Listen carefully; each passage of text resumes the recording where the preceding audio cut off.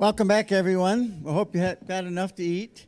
We're ready to start our afternoon session. And this afternoon, we're going to be exploring the U.S. experience in decommissioning. All of the Aquarium's forums, and we do a number of these every year, are done through the Aquarium's Marine Conservation Research Institute. And the chairman of the board, Tom Turney, was here. Dallas, where did he go? He had to go to work. It's about time. Okay, anyway, I want to thank the Marine Conservation Research Institute and Tom Turney, the chair of the board, for their support of all of our forums, including this one. So this afternoon, we're going to start with the Gulf of Mexico experience, and the first presentation is by Robert Byrd. He's a senior consultant for the TSB Offshore, Inc. Robert.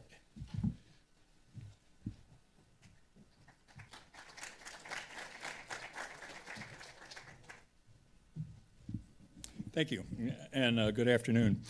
I'll be speaking, as he said, about the Gulf of Mexico experience in decommissioning, and I guess my presentation, I think, would be seen in just in a comparative sense to what the main topic of the forum is in terms of things that are happening in California. We're going to talk a little bit about general decommissioning in the Gulf of Mexico, and then the evolution of the artificial reef programs. The Gulf Coast has two of the largest artificial reef programs in the country, and they're very interesting and a bit different, so we'll talk a little bit about that. Economic advantages, and then just some general aspects of the artificial reef programs. Now this, in terms of just general background, this slide shows the installation of offshore platforms starting in 1940. The first platform, I believe, was put in the Gulf of Mexico in about 1948, 1949, through 2005, I think is the timeline. But you can see that, that platform installations peaked out at about 250 platforms, or a little more than 200 platforms a year in about 1985. Since that time, installation of platforms has been dropping, and then as of about 1986 or thereabouts, right in here, the number of decommissionings or removals has begun to exceed the installations. And the next slide just shows a amplification of that data through from about 1995 through 2015 or so. And you can see that beginning in the early 2000s in here, the number of platforms that were being removed in the Gulf of Mexico greatly exceeds the number of installations. In fact, the trend of almost no installations has continued on to the future. Now, one thing to note about this is that this is in water depths of less than 400 feet, or 400 feet or less, 125 meters. There has been more activity in the deeper water, but almost all the development work in the Gulf of Mexico now is in deep water. There are some interesting things to notice about this particular peak, are these peaks in the removals. And my next slide will bring a little bit of clarity on that. One of the things that has had a tremendous amount of impact on decommissioning in recent years in the Gulf of Mexico is our history of hurricanes.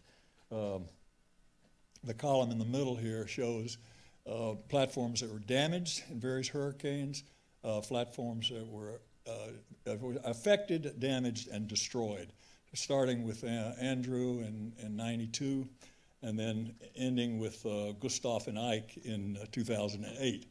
And if you look at affected platforms, well, practically everything in the Gulf of Mexico was affected by these hurricanes. In fact, last week I took a look at the Bessie database that these numbers generally come out of, and we had, as of the last time their database was updated, we had just under 8,000 platforms licensed to be installed in the Gulf of Mexico. Today, they show just under 2,000 of those platforms operating.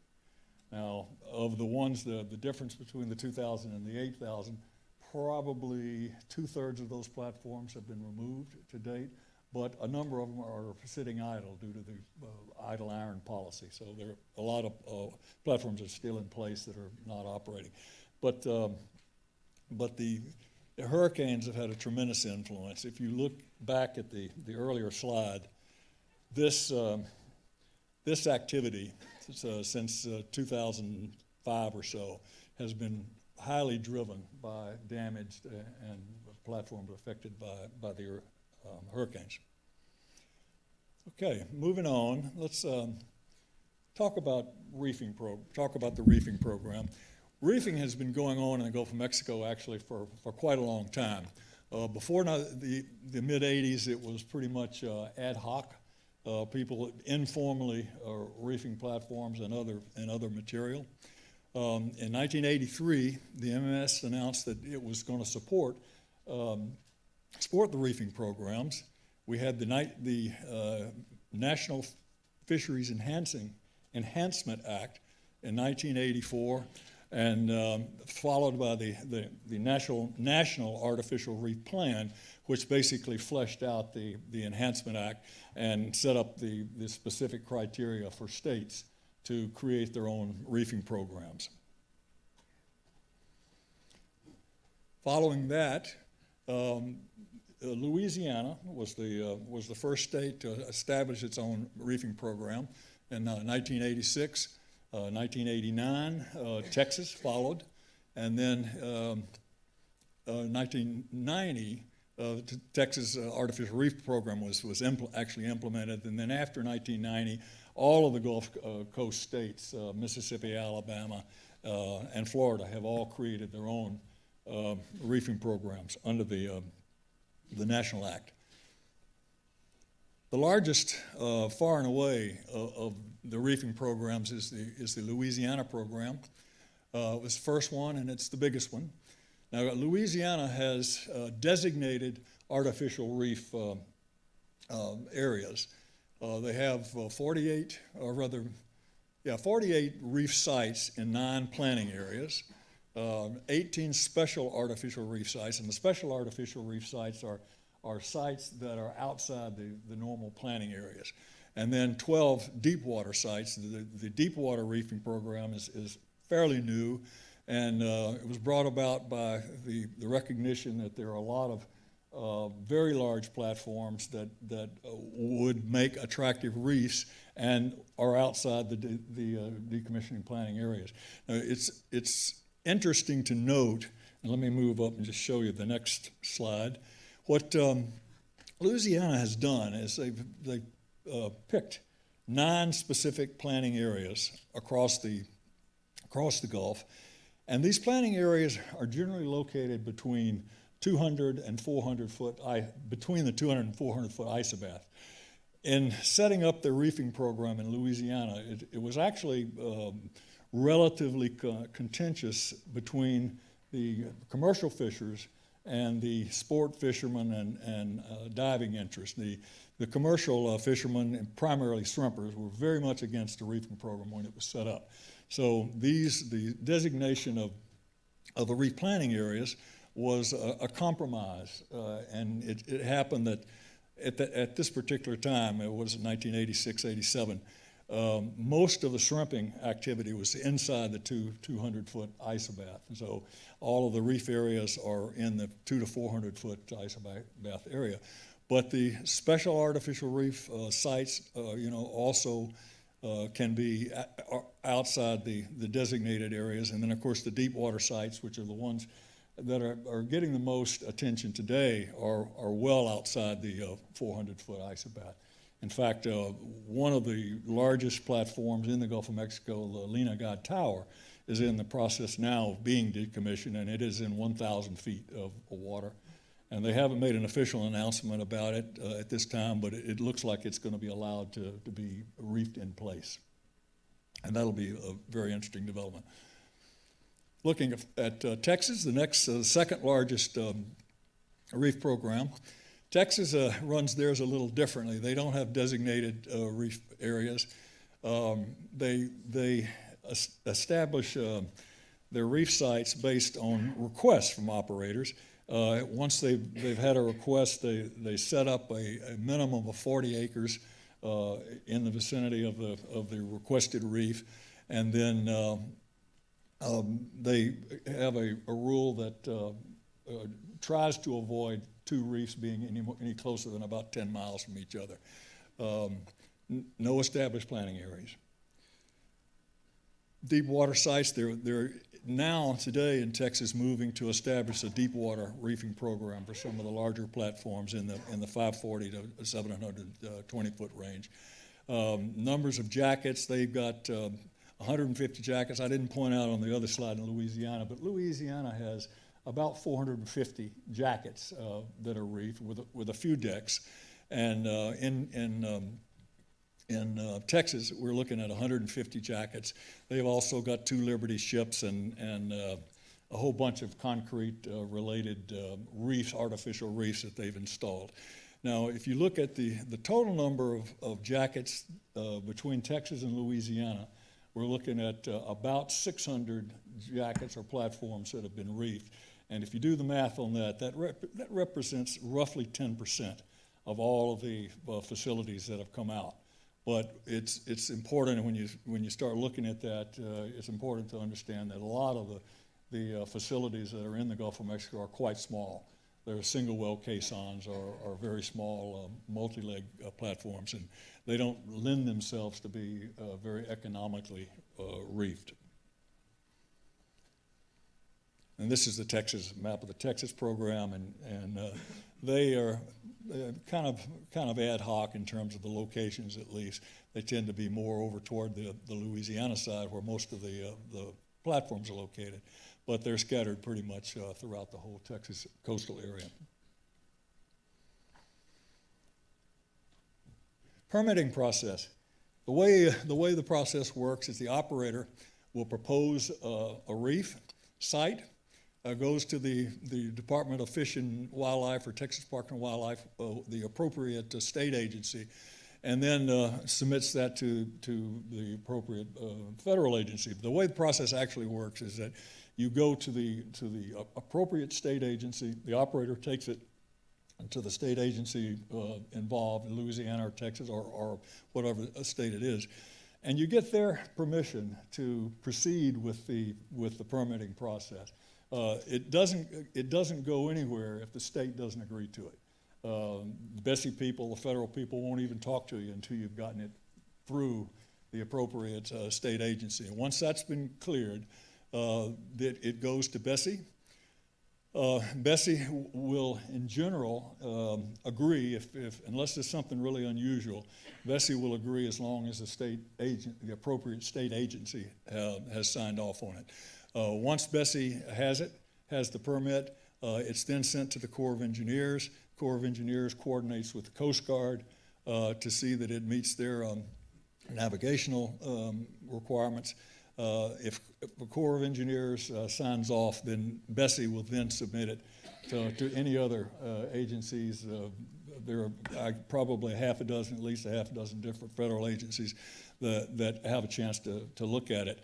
And Bessie coordinates all of that on behalf of the operator and the programs. It makes for really a pretty smooth operation because as far as the operators are concerned, there's only one interface, and that's with Bessie. Once the state signs off on it, and all of the feedback and commenting and so forth goes in through Bessie. So it's a really pretty effective process. Decks generally are removed, not always. There are a few decks that are reefed alongside their platforms. If a deck is going to be reefed, it's going to have the oil and gas equipment taken off of it. Jackets can be toppled in place, partial removed, or towed to a designated reef site. Things to consider: does it contribute ecologically? Reduced work contributes to safety. So reefing is a contributor to safety. and there are economic advantages, or there can be economic advantages. Actually, for small platforms, there often are not economic advantages. Things to be considered: what type of equipment is available, where are the nearest reef sites, can it be reefed in place, does it add to the value for other users? And then wrapping up quickly, just showing some of the options that are available.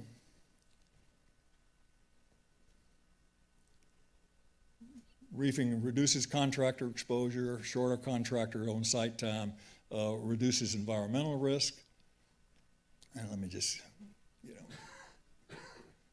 I want to give just one quick example. One of the earlier slides says that in general, the operator and the state share the savings. This is just an example from a platform that was removed 4 or 5 years ago, small 4-pile in 175 feet of water. Complete removal cost $3.2 million. Total site 2.6 million. So the reefing donation was $320,000. In fact, as we're getting into the bigger and bigger platforms, it's fair to say that that the reef donation is something that is negotiated. It's very, very difficult with a very large platform similar to the ones that we have in California. It's not a real easy thing to pin down what the actual cost of complete removal is. So, we expect that in most cases the reef donations are going to be subject to a negotiation. So finally, just in conclusion, there are opportunities for reefing where it can be environmentally and economically have advantages. The states in the Gulf Coast continually update their programs to make them suit the circumstances. We have strong support in the Gulf from the fishing, from sport fishing and diving communities, and that has been the main driver. There's also a lot of interest in reefing programs coming out of other parts of the world, particularly Southeast Asia, and we get a lot of inquiries from the Southeast Asian countries about our reefing programs. So thank you. We'll save the questions until we're done. Thank you very much.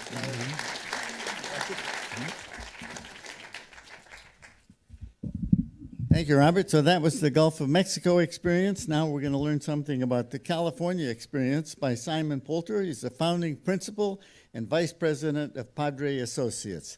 Simon.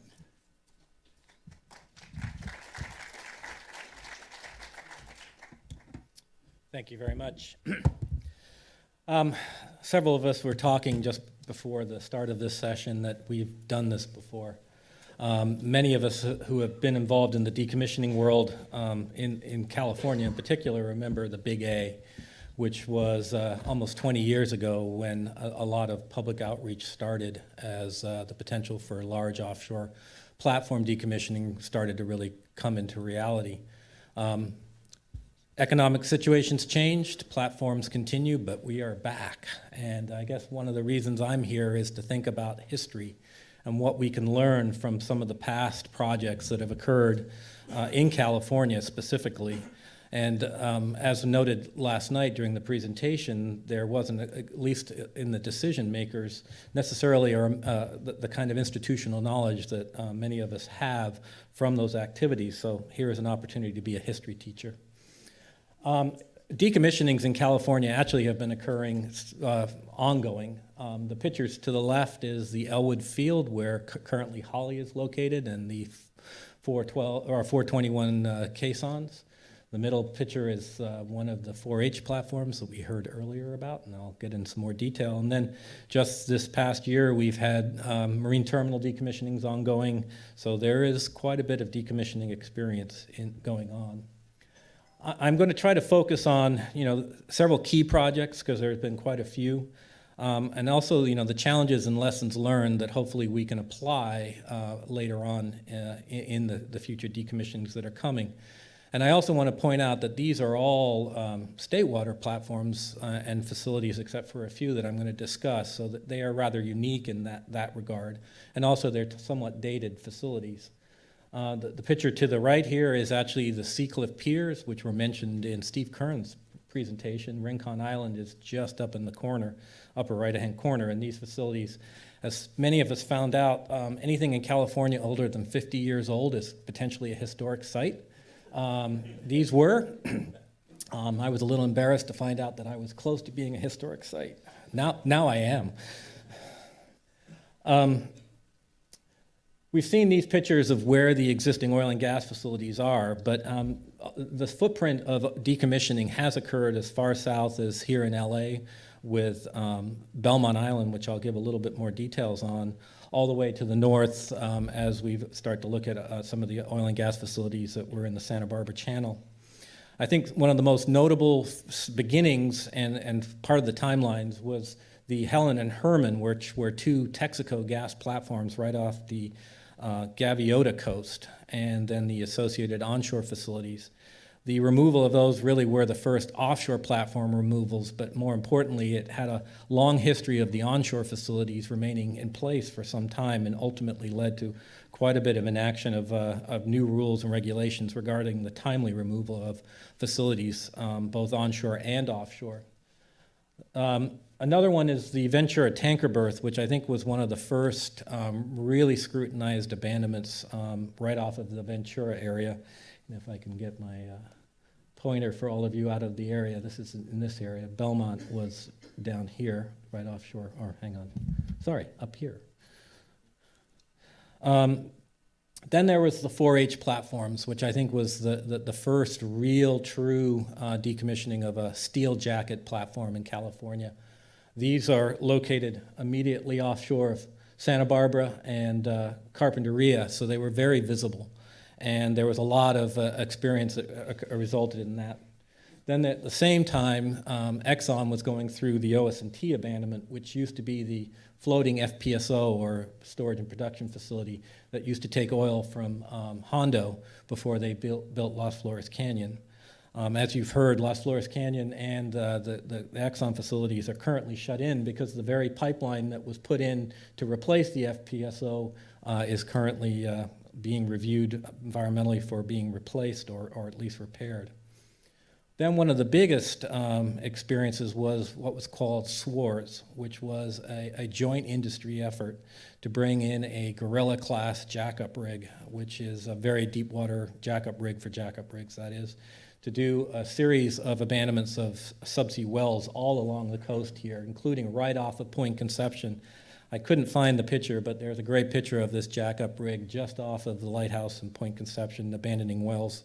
A very successful project, but it really showed the need to bring equipment into California since there were no drilling rigs in California. So that resulted in industry having to mobilize a rig all the way from outside the area, which I think is something we're going to see in the future. The rest of the projects are kind of listed here. They were kind of scattered around, but they're ongoing. And the Elwood facilities picture that I showed you at the very first slide, the state lands is currently ongoing through their coastal hazards program, still removing some of these facilities that were abandoned in the past. And I think lessons learned there is incomplete abandonments can come back and be a problem in the future. The 4H platforms, why is it the 4 H's? It was Hazel, Hilda, Hope, and Heidi. First installed in 1958. I only remember that because it's the year of my birth. And the structures here were in shallow water, basically 85 to 120 feet of water. And their design had a lot to do with learning how to take out steel jackets. And in particular, I'm pressing the wrong button. Sorry, this one. As you can see, the design of the platforms really were not made for installation. These are large caissons that were originally used to float the platform out and then were ballasted down and then installed into the seabed. The other 3 platforms had this same design and were actually floated out on this side of the platform and then righted up and installed. I wanted to quickly go through the permitting timeline because that's been coming up a lot as far as how long will it take before permits are in place. The original production ended in 1992. Decommissioning applications were filed in 93. Environmental review led by state lands, and then the associated permitting occurred throughout the 94 to 95 time period. I will note one of the key lessons learned here was that the issues associated with air permits, which didn't come up in the initial review but did come up in the final permitting, actually resulted in a year delay in this project.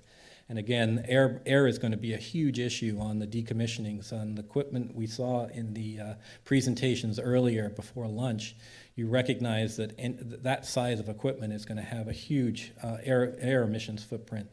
And permitting for air in California is a huge issue. So these kind of delays are obviously something one cannot have if you're waiting for equipment to arrive.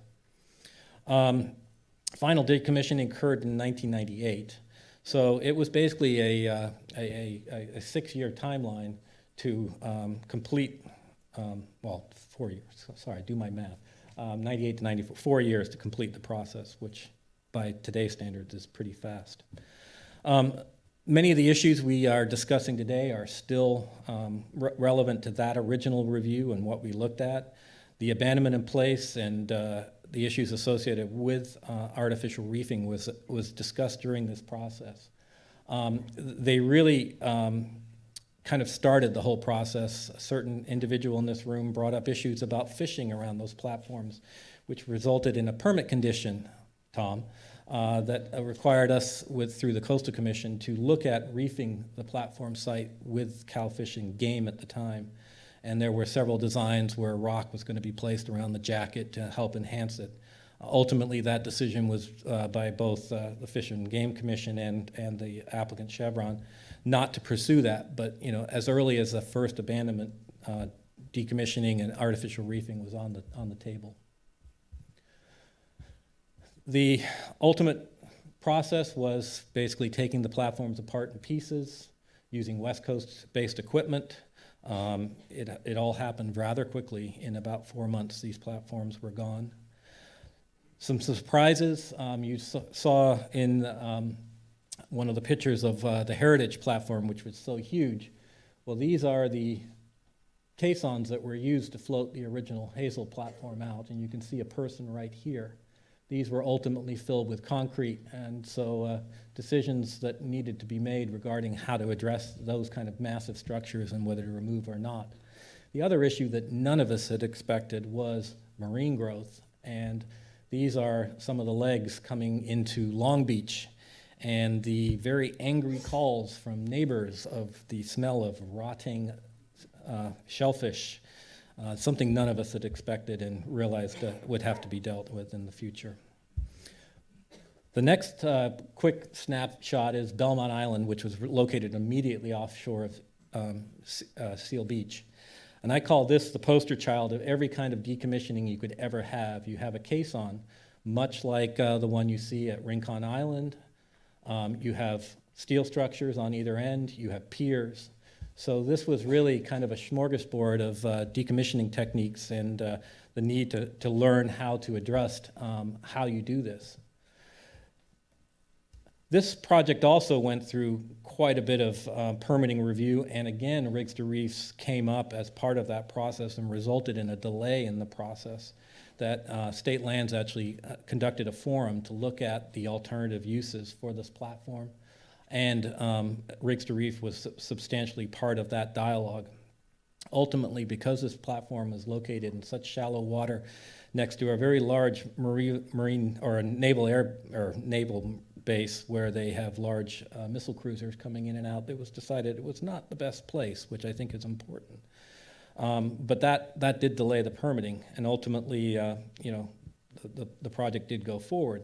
The other big surprise there was that the challenges of that platform, we originally looked at a 9-month decommissioning window, and it ultimately took 21 months, which was substantially longer than anyone ever expected. Here are some pictures of Belmont in its various stages of decommissioning. This was actually a land-based decommissioning where the initial efforts were to bring out the caisson, and then after we breached the caisson was to take out all the pilings. This is some of the material being pulled out of the island as that was happening. Here's another forensic picture of inside the caisson as they were digging. We tried to stay dry as long as we could. This was one of my true lessons learned, is that picking something like this up off the seabed from a floating crane and then trying to put it on a floating barge is very challenging, no matter how big they are. We haven't talked about agencies. I was kind of surprised nobody put a slide up with all the agencies, so I'm kind of glad I left this one in. The key decommissioning agencies, particularly as we get into the OCS, is going to be very lengthy and going to involve both the federal agencies, state agencies, and the local agencies. And as we've heard already today, the need to engage the local communities, the NGOs, Native American communities. And this process is going to be lengthy, but we can learn from many of the older projects because issues that are still on the table as far as key environmental issues have been at least addressed initially in some of the previous previous projects. I won't read through this, but most of these key environmental issues, such as commercial fishing, have already been something that we've had to focus on some of these decommissionings, and I think there's a lot of lessons to be learned from that. Reefing. Reefing has happened in California from oil and gas operations, not necessarily the steel structures that everybody thinks about, but there has been the win-win as a result of some of the materials that were associated with this.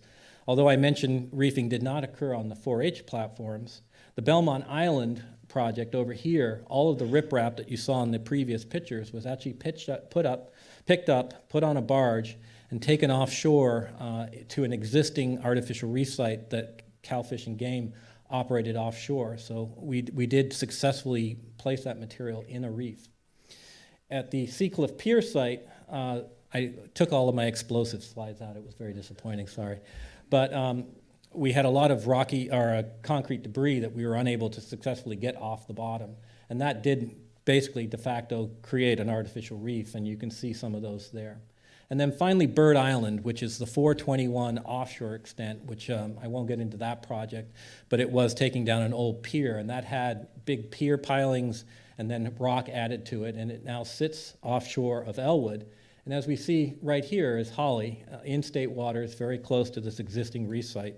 I think that owes some potential to considering expansion of that platform site to potentially this reef site. So we've learned a lot from the past decommissioning projects. We've made some mistakes. You never want to see this on a pipeline decommissioning when you're trying to take it out of the beach. It's not a good thing. But I think these lessons learned can be applied to the future projects, and I hope it's part of the dialogue. And just brief thanks to everybody who's been working over the last 20, 25 years on decommissioning projects. Thank you.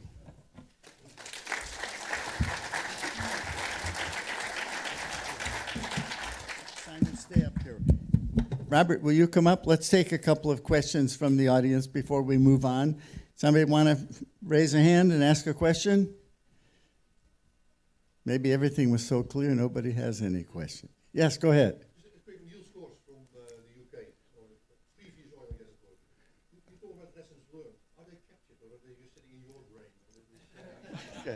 So let me repeat that since the people watching remotely can't hear you. Were the lessons that were learned, were they shared with others, or are they captive only in the two minds of the two of you? I would say that they've been shared. I think it's fair to say, Simon, you can speak up for out here, but I think most of us that are involved in decommissioning do everything we can to share with the people who are interested. So, and I would say that's probably true here too. Well, I'm sure Marina has many of my reports sitting on her shelf with the post-decommissioning reports where we outline all of these. So, no, I think this is a great forum because this does give us the opportunity to remind everybody that this documentation does exist. Take one more before we move on. Go ahead. Just shout it out and I'll repeat it. In the Gulf of Mexico, what percentage of the platforms are towed to designated artificial reef sites, and where does the equipment come from? In the Gulf of Mexico, what percentage are towed to artificial reef sites? Right. It's approximately 10%. But it's important to understand that a lot of the facilities that are taken out in the Gulf are very, very small, and they're just simply not economical. If you take platforms, say, that are over 200-foot water, in over 200-foot water depth, the percentage is much higher. It's more like 60%. But overall, it's about 10%. And then where does the equipment come from? We have quite a lot of equipment that's based in the Gulf of Mexico, out to about I think the largest derrick barge that we have that's permanently based there is about 2,200 tons. But we have a lot of equipment that's in the 8 to 1,000 ton capacity range. Anything bigger than about 2,200 tons would most likely come out of Europe. And what about California? Do we have most of the infrastructure that we would need? Absolutely not. All right, thank the two of you. That was the U.S. experience, and now we're going to look at the international experience, and we're going to start with the North Sea and Wynne Thornton, who's the VP of Commissioning for BP Exploration and Production in the UK.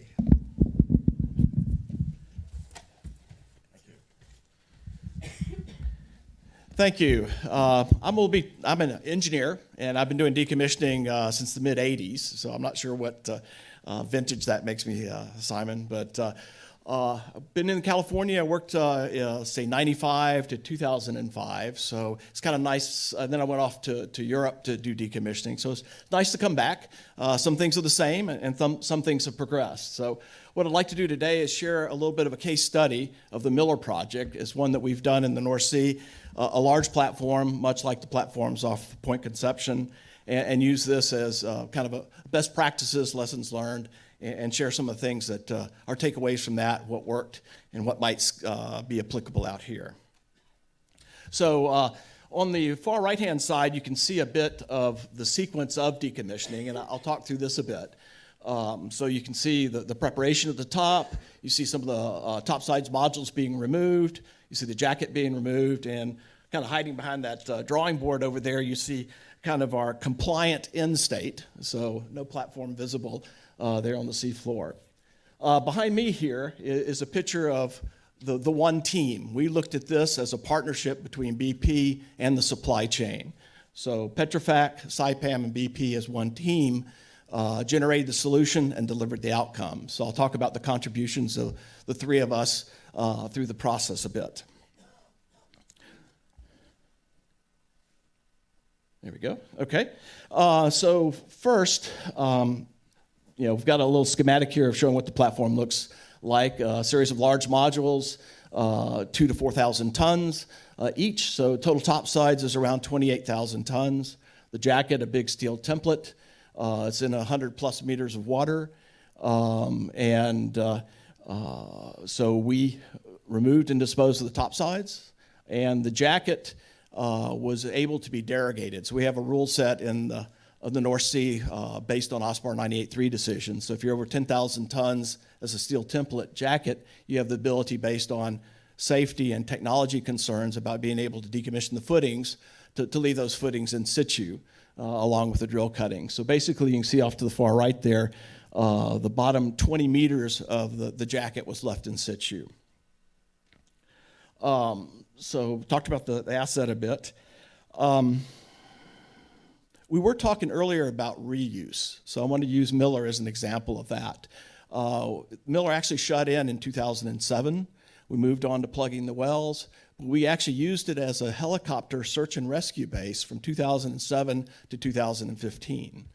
So we can use these assets as for reuse, but they do have a shelf life, maybe not like a carton of milk, but maybe like a jar of peanut butter. I mean, you've got 10, 15 years you might be able to use it, but as was discussed, there is operating cost associated with maintenance, fabric maintenance, and it's not just the topsides you see, it's the jacket as well, so cathodic protection systems.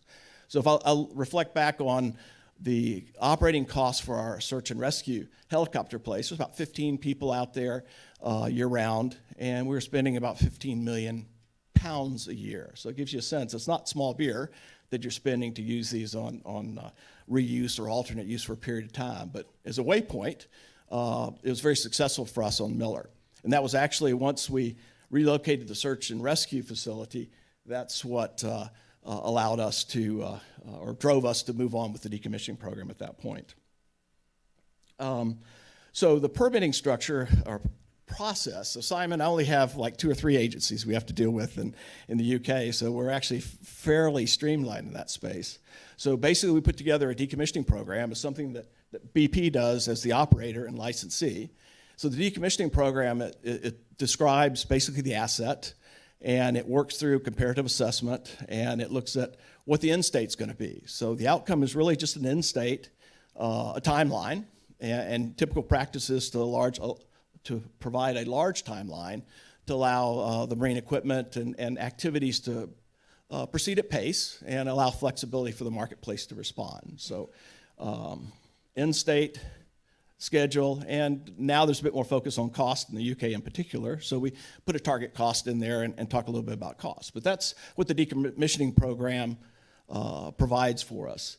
So what that allows for BP as an owner and the other owners is we have the flexibility to look at the decommissioning method and the commercial solution kind of independent of that decommissioning program. So it allows us flexibility to build off the latest learnings and practices and to float with the commercial reality that's out there. So if I look at the decommissioning program we put in place for Miller in 2010, the solution that we ultimately came with was not even available at the time. So if we had to predict and deliver that, we would have done much more work and than was necessary to actually fulfill the decommissioning program requirements. So good strength in the UK or the North Sea programs as a whole, something to consider as you look into the regulatory environment out here.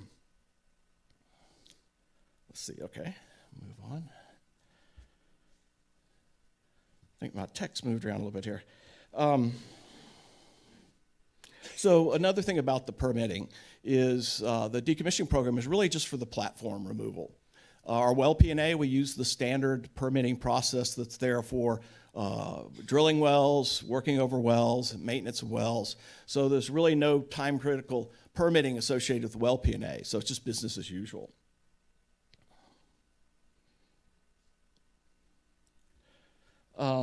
So what we're trying to do, in BP's side of the one team, is to really look at what can we do to be competitive? What can we do different to add value? So the first challenge was to challenge the business as usual.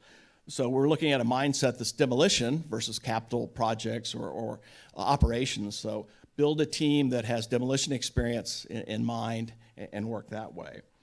We were looking at taking activity out of the system. So if there's something we were doing in a permitting realm, an engineering realm, an operations realm that didn't add value, or that we could have a workaround to deliver the outcome without doing that activity, we would. So that was the focus of us in our desire to go out to the marketplace with SIPAM and Petrofac to look at what methods we could do.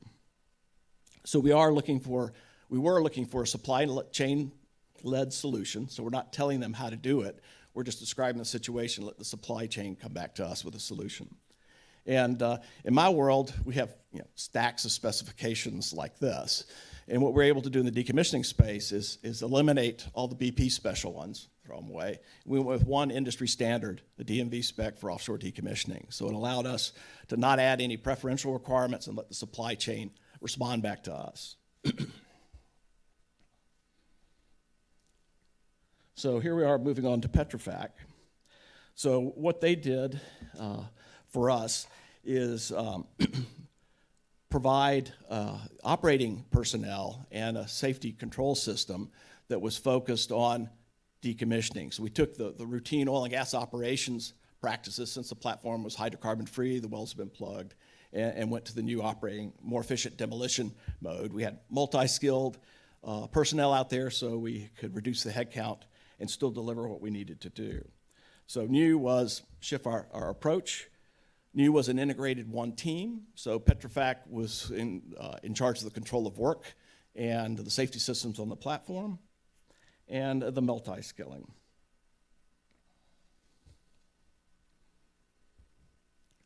And so some of the things that were successful from the operating side that Petrofac brought to us is we work more efficiently to do the normal task of keeping the platform running. We move from preparation very quickly, so hydrocarbon freeing the modules and production equipment, separating the modules and preparing them for removal, got us to the point where we could unman the platform, which would reduce cost and safety risk to personnel, and allowed us to unman the platform and be ready for the heavy lift vessel to come and remove the modules. So one thing, we have big kit, and I'll show you a little bit of that in a minute, is this multi-seasonal, or it's fair weather type of work. So we can't work, 365 days in a year because of the winter weather season. So we have a summertime season that we're trying to catch, and not always can we get all the work done on a particular asset in one summer season. So we needed to make our planning such that we could have 2 seasons to execute the work. And actually, too, what we did here was we actually hurried up to do decommissioning here. So back in the time, there was a dip in the marketplace. Heavy lift vessels were available at a good rate. So we actually accelerated our engagement with the marketplace, and we had a window in our decommissioning program that we didn't have to finish till 2020, but the equipment was available sooner, and we took advantage of that. So we actually hurried up to be ready to decommission to take advantage of an opportunity. So talk about topsides. So one of the things we did different, and I'll come point to a few pictures here. Let's see. So what we did is we eliminated, Simon, you mentioned about the risk of backloading to cargo barge offshore. So we had 4,000, 5,000 ton modules. We didn't want to backload in the middle of the North Sea. So we developed a methodology to actually take the modules, place a couple of them on the vessel deck. So we're using another piece of kit that Evan didn't show, but like the 2 that he had up there, we used the S7000. So it's one of the 3 biggest heavy lift vessels in the globe. So they would put a couple of packages on the vessel deck, and then they would pick up a large module on both hooks, and we would sail into a deep water port and just deposit it, the module directly on the quayside. So what we had was access to deep water port and a vessel that could lift and carry. So a 48-hour round trip or 48-hour trip, we could be in protected waters offloading on the beach. So we eliminated all backloading to cargo barges, which took cost, risk to people out, and really just impact. Your vessel is on site much less period of time, so less emissions, less things there. We're talking about disposal too. So this is the disposal yard in Norway that you're using, or actually this is just a portion of the yard. So the part of the yard that took our facilities is probably 3 times that size. So it's a pretty good amount of real estate that one needs to handle a platform. And if you're looking at 4 or 5 at a time, you're going to need a lot of real estate. So something to think about. We had 35 meters of clearance to motor in with the heavy lift vessels. So you need a deep port, ideally, or you backload to cargo barges in protected water. So you can kind of see a bit of the view here. I think one picture that I really like is this one here. So we're actually on the dual hooks holding onto a module, and we've got a 150-meter flare tower that's on there too. In the past, we would have taken that apart piecemeal on the platform, but again, the contractor said, well, we can leave that on the module and carry it, and then we can do the demolition on shore. So that takes risk to people away from working offshore at heights, and we handle it in the fab yard. So some interesting successes here in what we're able to do on this. And just a point of context, so this heavy lift vessel, it's got the 75 megawatt power plant on it. So that's like 15,000 homes, power in a year. So there's a lot of fuel, a lot of emissions associated with this kit that we're using. So the shorter we can have them in the field to deliver the work, the less impact is there. The fewer operations we need to do, the less risk to people and equipment. So we were on the topsides here 30 days to remove the full topsides. The previous project we had, Northwest Hutton, about a decade before that, we were on site 3 months. So we did the work in a third of the time. So we're more comfortable with it as an industry. The contractors are quicker in doing these things. And the recycling, we recycled 98% of the materials from the topsides. So not much to landfills at the end of the day. Oops. And this is the engineer view standing on the deck of the heavy lift vessel looking up at the 2 crane hooks, and there's that 150-meter tower. So that's big stuff, and just trying to make a point there of what we're dealing with. It looks kind of nice on these little drawings over there of the slides, but it's big. Moving on to the jacket. So we're talking about towing jackets in the Gulf of Mexico for reef sites. So we actually embraced that Gulf of Mexico approach in the North Sea. So they hadn't done that before. We encouraged the supply chain contractors to look at that, actually funded a study for them to work it. So the solution ended up being picking the jacket from the derogated footings up. So we made a cut 20 meters above the seafloor throughout the base of the jacket, and then picked that jacket up as a oneer, sailed into the protected fjord, set it down on 4 big steel mud mats, sectioned at the waterline, split the piece in the water into 2. So we had 3 pieces, and we finished that jacket work again in about a month. So half the month was offshore, half the month was in protected waters. The previous jacket we did for Northwest Hutton was 3 months. So again, the process took work out of the system, was much quicker. Again, we recycled 98% of the steel. Let's see, what else? So, kind of wrapping up. Oh, I'm sorry, this is the jacket. I should have clicked twice. So this is the jacket. You can see the jacket here on the hook being towed. We were fortunate we had some of the lifting eyes in place on the jacket already. So we were blessed a bit, I could say, in that the Miller structure was in good integrity and had a lot of the lifting aids on that we could use. We didn't have to reinstate things. But again, large jacket, large vessel, and the fjord helped us as well. All right, so here, wrapping up here a bit. So really want to kind of talk quickly on a couple of the key lessons learned or takeaways from this. So one of the advantages we had in the North Sea is a fit-for-purpose regulatory regime. So we established the end state early. It may take a year to do a straightforward full removal decommissioning program. It may take up to 2 years if you're doing the derogations and the like. But again, fairly tight timeline. We know what we need to do, and we've been doing that in that space. So having that flexibility to set the end state timeline expectations then allows the operator the ability to work the solution for the most efficient, the least risk, and the least cost solution. 2, we challenge the norm in business as usual. So again, an integrated work program like we did here with the supply chain with Saipem, Petrofac, and ourselves. We managed 2 seasons, as you can see here, from 2016, 2017, and then we finished up in 2018. So 2 seasons for the Topsides, 1 season for the jacket. So that's one of the advantages in the North Sea is that I hear doesn't exist here, is that we have an ongoing, vibrant oil and gas business in the North Sea. So there's supply chain out there, there's contractors, there's work. Decommissioning, although a high activity, is still about 10% of the spend. So the supply chain that puts in a platform, drills a well, they can plug a well or help remove something. So having that kind of vibrant supply chain provides the opportunities to manage decommissioning effectively, remove the risk, but you got to have a little bit of both in order to have the kit there to do it. So that was an opportunity for us. The one team integrated approach again, and working with the supply chain for supply chain source solutions. I think they are the way for us to develop these as opposed to being prescriptive and try to tell them how to do the work.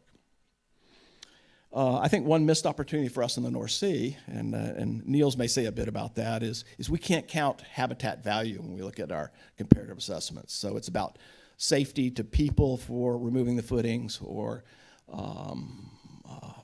technical risk. There's no ability to look at habitat value.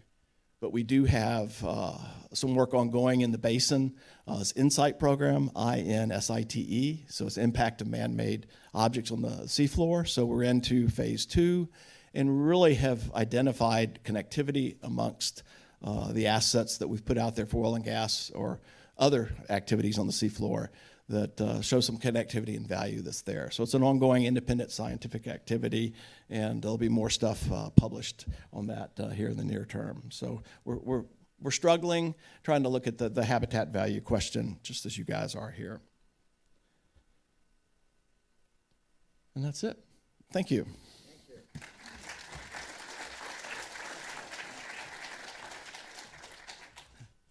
Thank you, Wynn. Now we're going to have another perspective on the North Sea, and this comes from Niels Kors, who's the former head of decommissioning for the Oil and Gas Authority for the UK. Niels?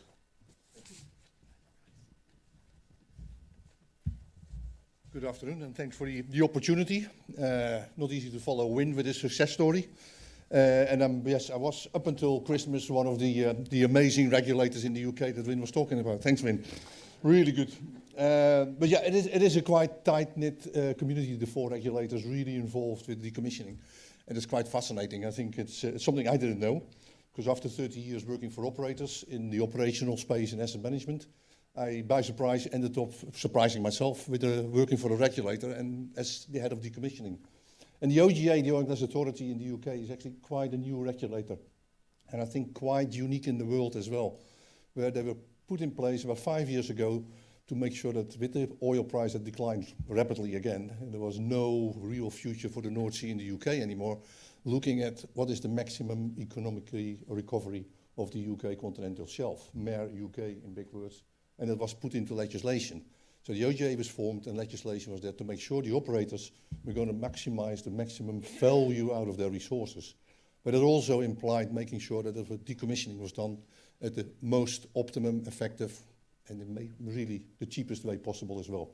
So for me, when I was asked for the job, a really interesting feasibility looking at how can you work with industry together, because the OGA is not there as a regulator to tell the operators what to do or what not to do, that they're in an influencing, promoting way, working in a tripartite process, basically looking at how can we work as government with the OGA and the industry together to try and form the goal, well, achieve the goal set out, maximizing the economic value.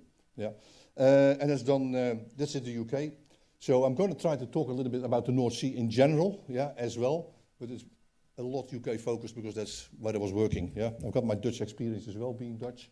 And as you can see from the chart, the North Sea, for those that don't know the North Sea too much, is basically the main contenders on the North Sea are the UK and Norway, with the bigger platforms and the bigger operations. The Netherlands have a comparable size of operation compared to the southern North Sea part of the UK. And also the facilities are quite the same as well.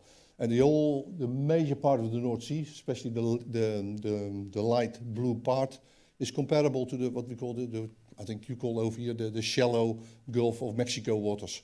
Yeah, about 25 meters to 125 meters.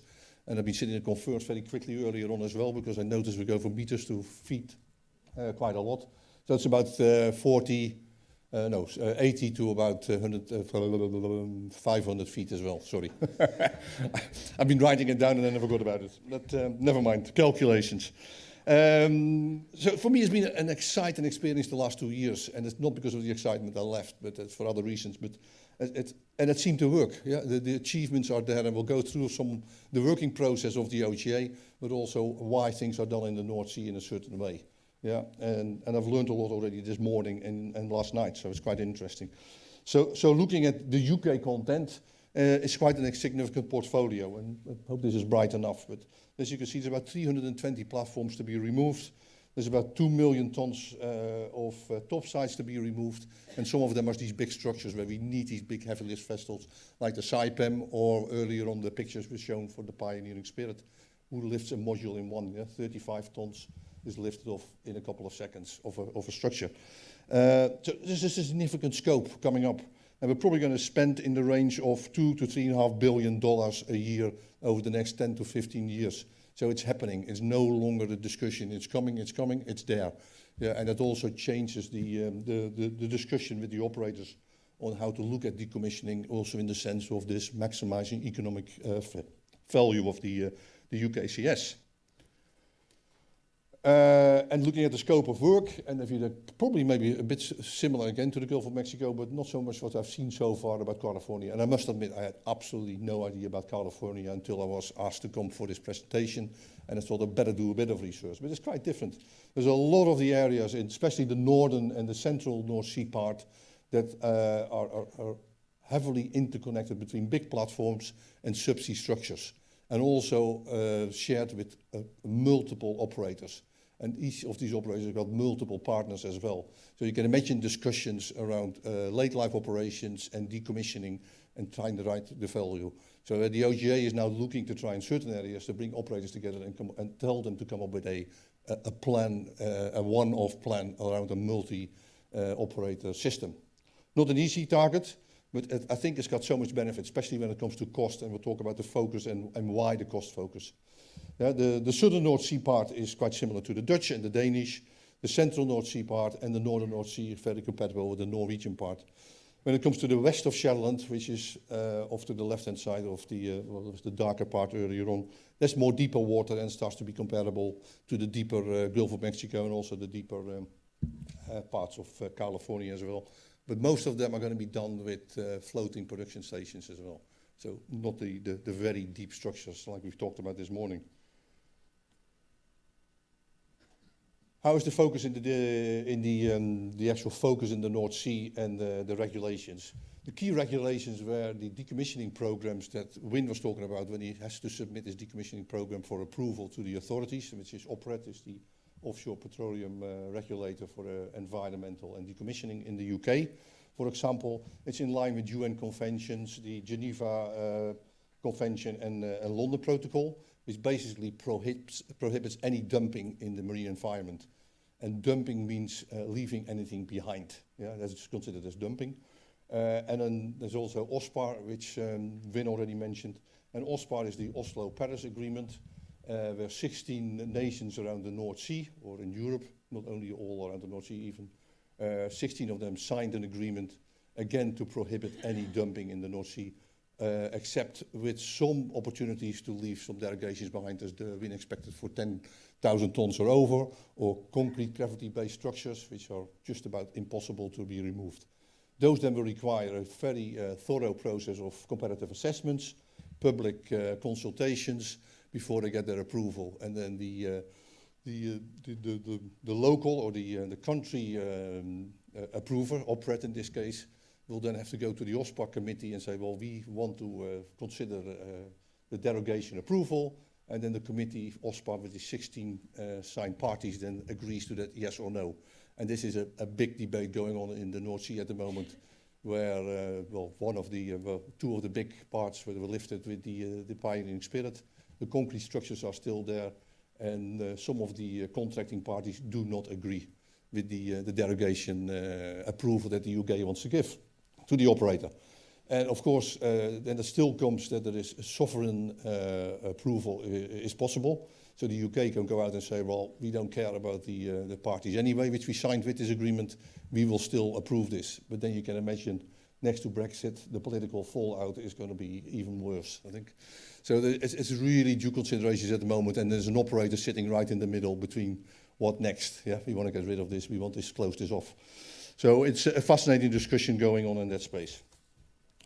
The OSPAR also doesn't talk about pipelines. So, but then again, the UK takes on the same principles. So pipelines need to be removed in principle, again, unless you come up with a case with comparative assessment that there's a good reason why you should leave them behind in the environment and you get your approval. And that's not part of OSPAR, so the UK can agree to that themselves.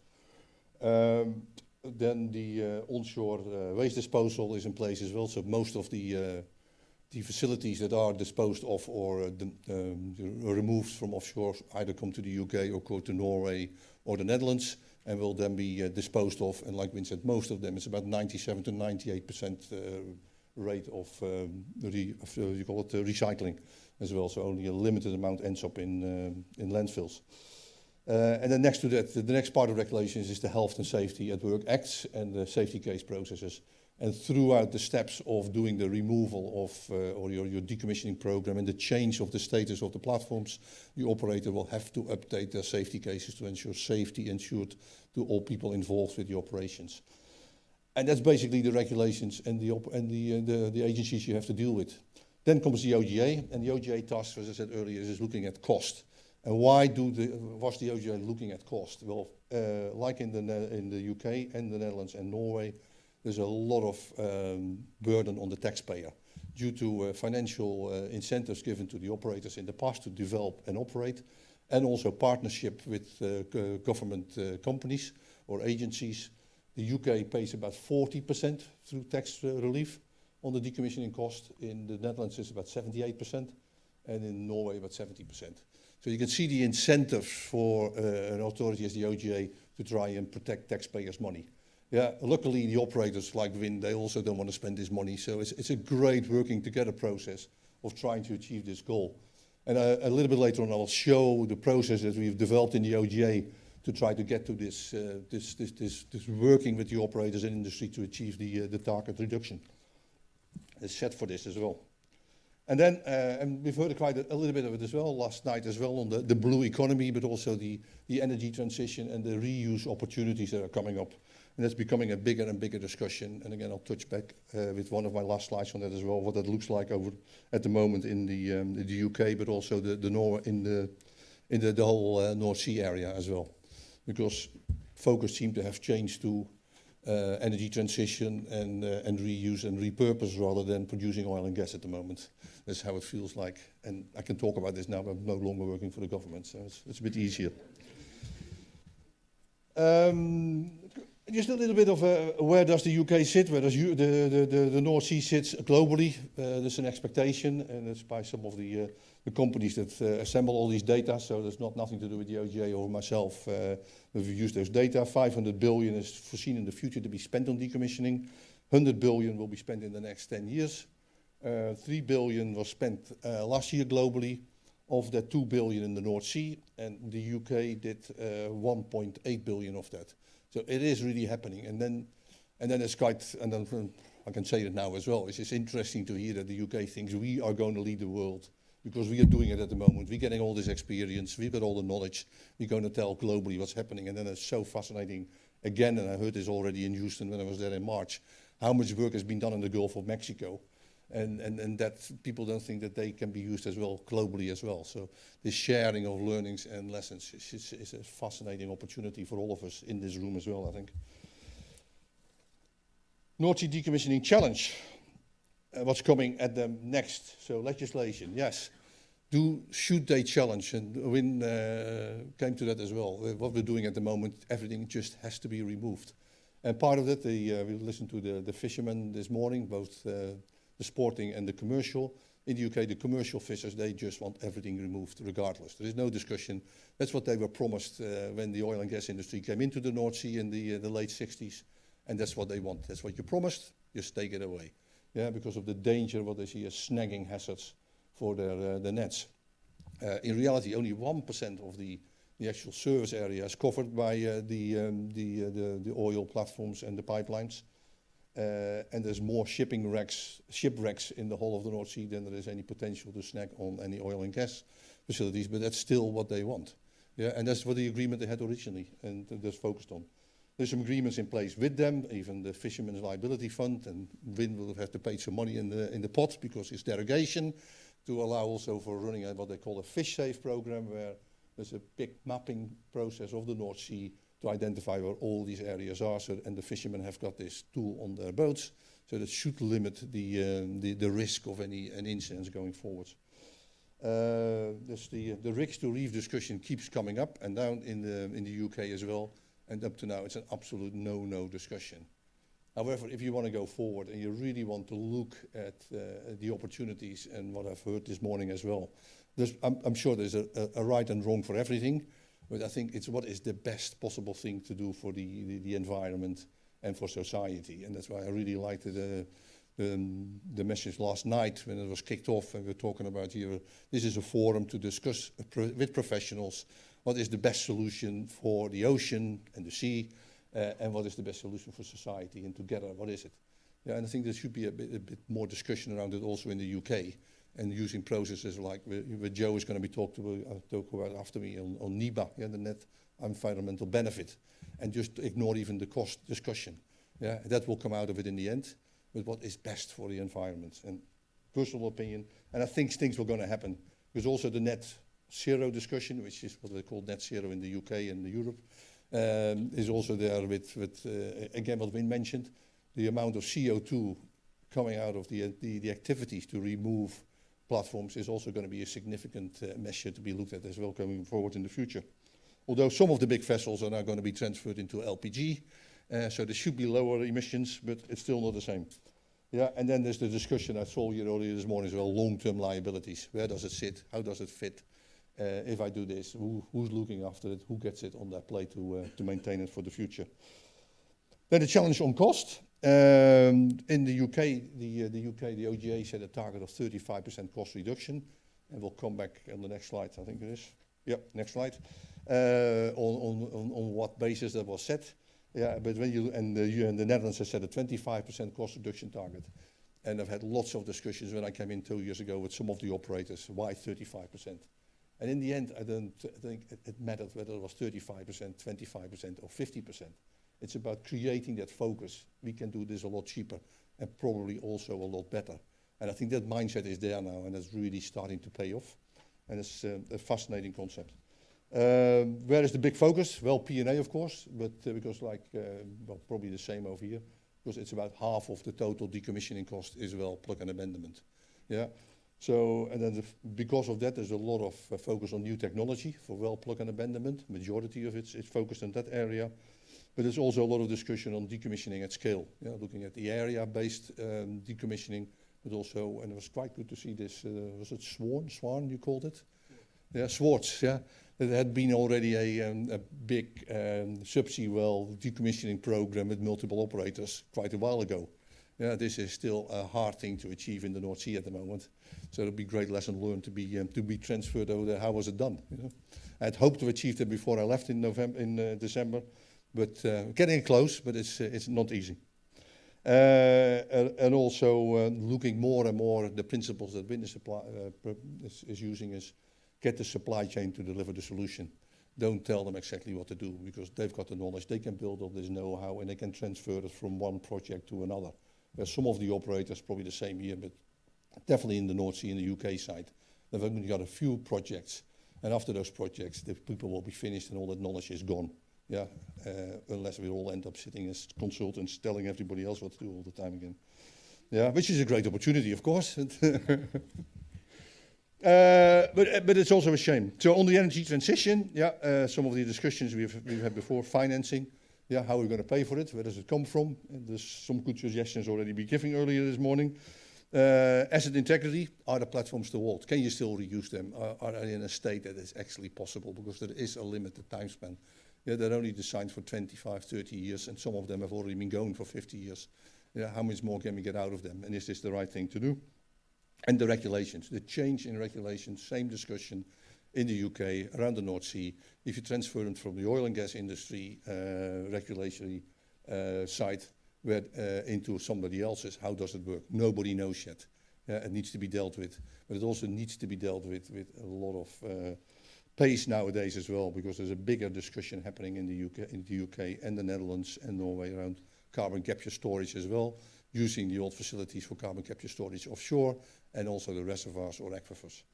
But it needs a lot of guidance and regulatory drive behind it. So that's the overall challenge. Then how did we work in the Oil and Gas Authority on challenging the cost? How do we get the operators to do it a lot cheaper, to save all this taxpayers' money to begin with? Yeah, and at the same time also saving a lot of money. So first of all, the OGA produced they've got the advantage with legislation that was put in place 5 years ago, the Energy Act in the UK. Operators have to submit an amazing amount of data to the OGA, from to production data, development data, operating cost data, but also on decommissioning data. Yeah, and decommissioning forward, proposed cost, but also actual cost on a year-by-year basis. With those data, and also the certainty of the actual cost at that status as well. So the OGA produced in 2017 the first cost estimate with a proper, and this is called my Dutch again, probabilistic approach. I've never got this word going, Win knows. And that came out with about 60 billion pounds and transferred into real money for you guys, $78 billion. Yeah, until for the UK part of the North Sea to be decommissioned. Yeah, and it was at a P50, so 50% chance we could reach that, 50% chance that we would actually end up at $120 billion. Yeah. So based on that, the 35% cost target was set to reduce that and we got to work together with the industry. Using that data, the OGA then sets up annual review meetings with the operators, for which we then develop a dashboard looking at their forecasted cost. But we also use actual cost from operators that have actually done work and created benchmarks. Yeah, and we hold up the mirror to them and say, right, you tell us this is what you're going to do. We think in these areas you're a lot more expensive than than the other operators. Why? Yeah, I can't tell them. You know, I've got this easy job sitting at a desk and looking at numbers, while Win has to do the job with his team. But I can only ask them, well, why are you more expensive than them? In the end, they ended up cheaper than the rest, so he did a great job. But it's the challenge putting in front of them, and they started to enjoy it. The first couple of meetings was quite interesting and challenging. You know, what is the OGA going to do, and how are they going to tell us what to do? It was just an open question. You're more expensive than your, well, competitors is the wrong word, but how are you going to be as cheap as these, or how can you beat them? Yeah, and just putting it out to them really made a difference. Yeah, and it started to work. And now 2 years later, the overall cost estimate has come down by 17%. So we're halfway down the 35% target, which should be reached as the OGA goal by 2022. So the industry is on the way. So it works. Then we're also trying to share lessons learned, and that's hence my question earlier on. How are they captured? Yeah, they're sitting on a shelf by Marina in an office. But how do we get them out there? Yeah, his brain and his brain. And so what we're trying to do with the OGA, and it's probably not the end of the line, but is have a shared lessons learned website. So we're asking from our lessons that we pick up talking to the operators, and some workshops done by the operators, dump them in a website, accessible to anybody. Yeah, so OGA website, lessons learned. We also then put on success stories. Yeah, and Win's Miller platform has got some success stories. So we asked the operators, we think this is a success. Can we publish this? We want this on the website. We want people to know there was a success, no matter what it was and how small. Yeah, but success breeds success. Everybody wants to be on there with some success. And all of that now is leading to this process of getting there. Yeah, the benchmarking, the dashboards, the sharing of learnings. And then we also produced what we call stewardship expectations. And this is the expectations set by the OGA, but together with the industry. We put together what we call stewardship expectation. 10 is for decommissioning. So that's for all phases of the production life cycle. There are expectations, but there's industry best practice. But it's not just the OGA preaching how to do it. It's asking the operators how together can we do this. And the expectations also on the website. And it's how to plan early, how to engage with the regulators very early. Yeah, if you really want to do it into regulations, I'm moving.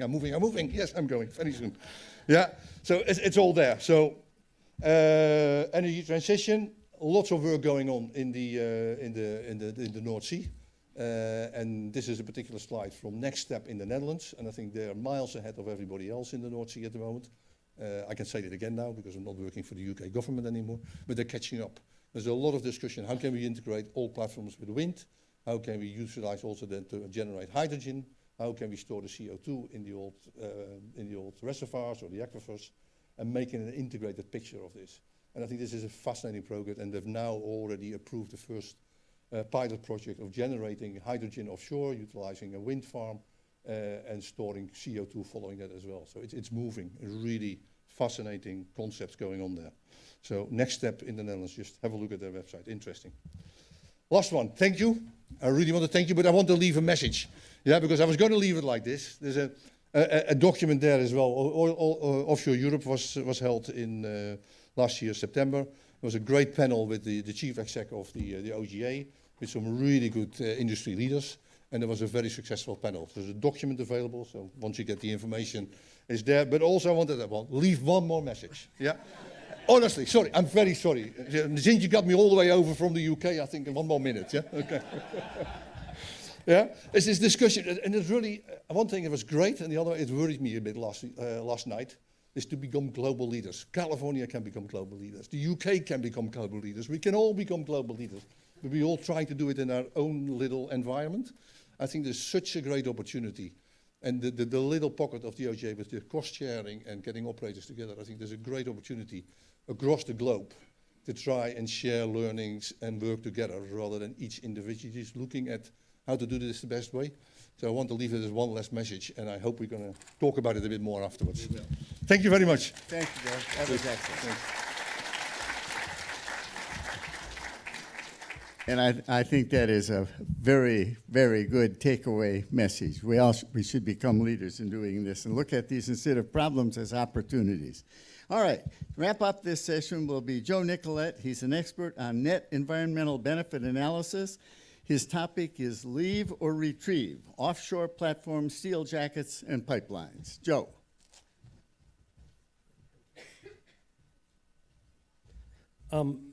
Before I start, Niels had one more thing he wanted to.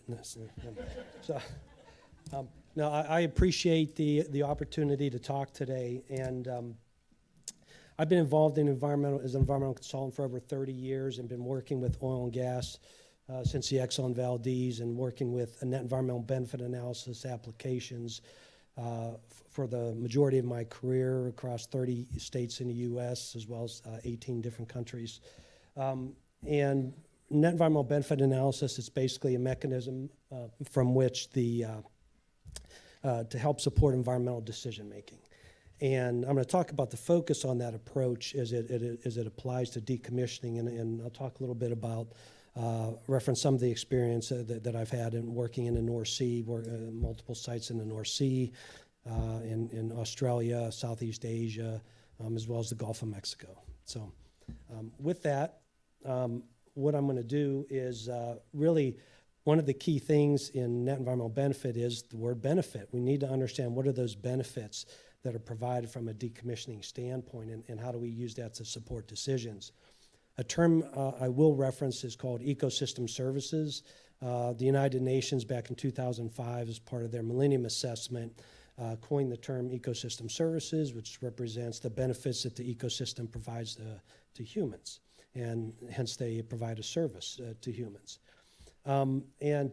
I have a lot of information I wanted to convey, and to sort of take an easy way out, it really wasn't easy because we spent a couple weeks on it, developed an animated video that really provides some of the concepts and science behind this.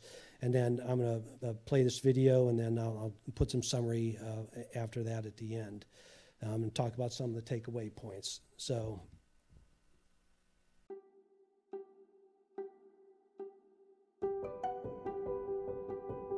Oceans provide habitats for fish, marine mammals, and invertebrates such as mussels, oysters, and shrimp. It is no surprise that humans benefit from these habitats in a variety of ways. Offshore oil structures come in a variety of shapes and sizes and are used to support the extraction of oil. Once a platform, consisting of the jacket and topside, and associated subsea facilities is installed, regulatory agencies working with offshore oil and gas operators implement exclusion zones around these structures. The exclusion zone prohibits non-authorized vessels, helps to protect the oil and gas facilities, the health and safety of commercial users, and the seabed. For example, 500-meter exclusion zones in the North Sea are in effect through the life of the infrastructure and deter commercial activities like trawling from occurring within certain distances of the subsea infrastructure. Marine communities within the exclusion zone have been afforded protection from trawl fishing disturbance for decades. Also, recent science in the North Sea has demonstrated that marine mammals use offshore oil and gas infrastructure as feeding grounds, with both daily and seasonal patterns. The combination of hard structure associated with the jacket, cuttings pile, and halo effect areas creates a habitat that has been shown to be significantly more productive when compared to surrounding soft bottom habitats. Net environmental benefits analysis studies in the North Sea, Australia, the Gulf of Mexico, and Southeast Asia lead us to conclude that the increased productivity associated with these subsea structures is not just limited to California, but to subsea infrastructure worldwide, creating benefits in the face of decreasing natural reef habitat and increased commercial fishing pressures. Offshore oil platform jackets are projected to last for hundreds to over 1,000 years. These habitats not only provide benefits to us today, but can provide these benefits for many generations to come. How should we decommission these structures after they reach the end of their production life? A study designed to evaluate potential decommissioning options for various subsea infrastructure is termed a comparative assessment. Comparative assessment studies, to date, generally consider environmental, health and safety, technical, financial, and societal factors associated with decommissioning options. Comparative assessments incorporate preference ranking schemes that focus on risks, However, they do not fully consider the ecosystem service benefits that the infrastructure provides today and can provide for decades and centuries into the future. Understanding the scientific weight of evidence regarding the ecosystem services associated with offshore infrastructure, declines in natural reef areas, and climate adaptation considerations, it is imperative to understand and consider the benefits associated with these developed ecosystems and the potential impacts, positive and negative, that decommissioning options can have on these ecosystem services. To understand the potential ramifications to ecosystem service benefits associated with implementation of various decommissioning options, we introduce here a net environmental benefit analysis-based comparative assessment, hereafter referred to as a NEBA-based comparative assessment, or NEBA-CA. A NEBA-based comparative assessment not only considers environmental, health and safety, technical, financial, and societal factors, like standard comparative assessment processes, but crucially includes consideration of the ecosystem service benefits and the flow of these benefits over time to current and future generations. A NEBA-CA incorporates a variety of quantified ecosystem service benefit and risk metrics to estimate how various decommissioning options may affect human health and the environment to inform decision-making. The NEBA-CA is based on methods that are quantitative, scientifically defendable, transparent, objective, and litigation tested, and focuses on a variety of metrics and how these metrics change with the implementation of various actions. These include, but are not limited to, multiple metrics reflecting ecological habitat value, multiple metrics reflecting human uses of the sea, such as commercial and recreational fishing, greenhouse gas emissions, ecological and human health risks, technical removal risks, navigation, trawling, and implementation health and safety risks, and option implementation costs. Let's look at potential options for decommissioning and the trade-offs associated with these options from both a benefit and a risk standpoint. It should be noted that regardless of the decommissioning option selected, the topside portion is removed and transported to shore to be reused or recycled.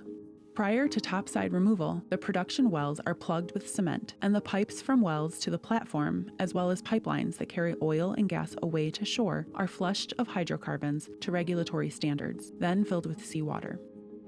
Decommissioning options for the jacket, as well as other subsea facilities, can range from a full removal action to a protect-in-place option, with various partial removal options in between. The protect-in-place scenario is depicted here, with the exclusion zone remaining. Keeping the exclusion zone serves to protect and conserve the habitat while also protecting and mitigating risks to navigation and trawling, as well as seabed disturbance. Since less decommissioning effort is required under this option, implementation risks and greenhouse gas emissions are lowest when compared to other options. Additionally, costs of this option are much less than costs associated with more intrusive options such as partial and full removals. Full removal of the jacket is also an option where the entire structure is cut below the mudline and taken to shore to be recycled. This option eliminates navigation risk, trawling risk, and the need for an exclusion zone.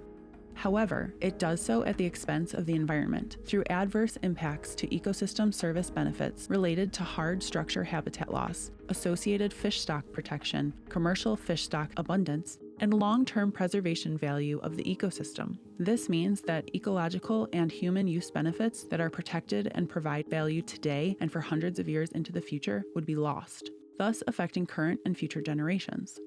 Additionally, due to the level of effort involved in full removal, implementation health and safety risks, greenhouse gas emissions, and costs are also highest for a full removal option.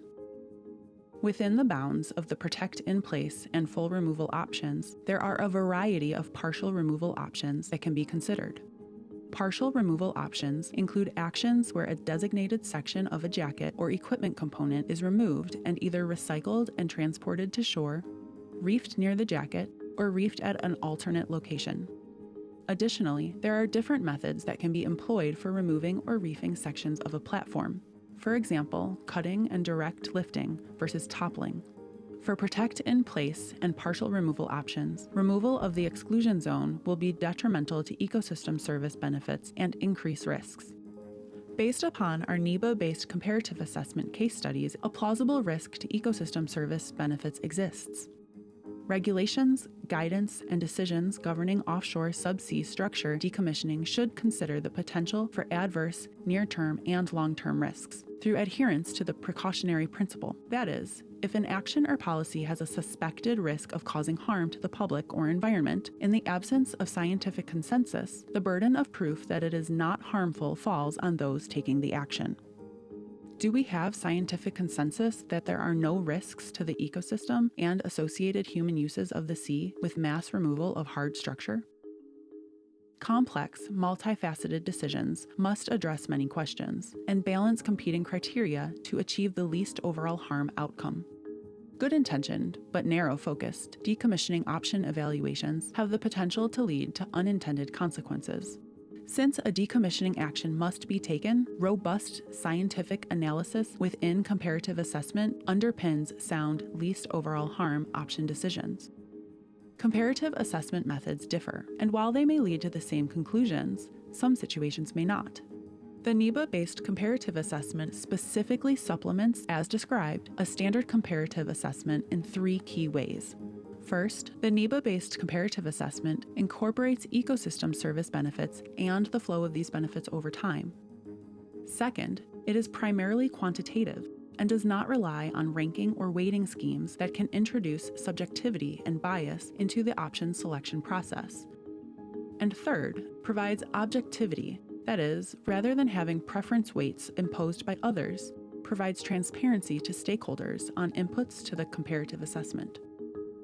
The question we must ask ourselves is, in the face of losses of natural hard reef habitat and increased commercial fishing pressures, will mass removal of subsea infrastructure adversely affect long-term fish stock protection and associated commercial economics for future generations?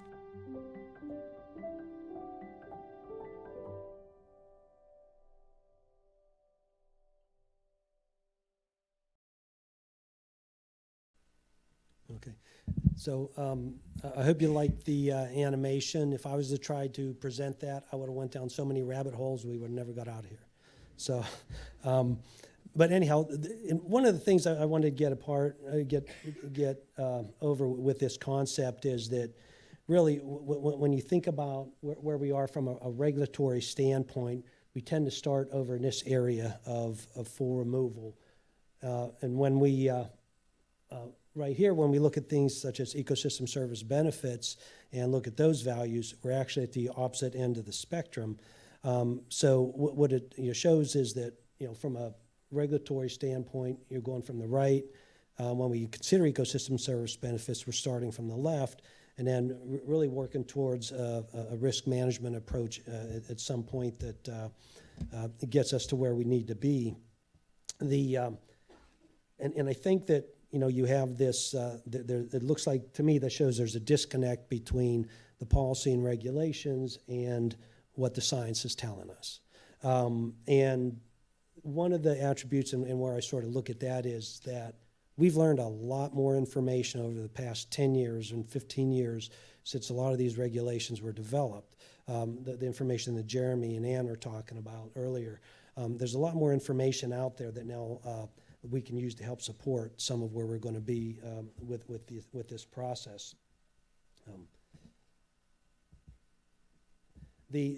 Some of the key takeaway points here is, and this first one is a question, is there scientific evidence that a full removal action is necessarily or usually greater? Does it provide greater benefits to the public when compared to other potential options? Do we have evidence that is a benefit?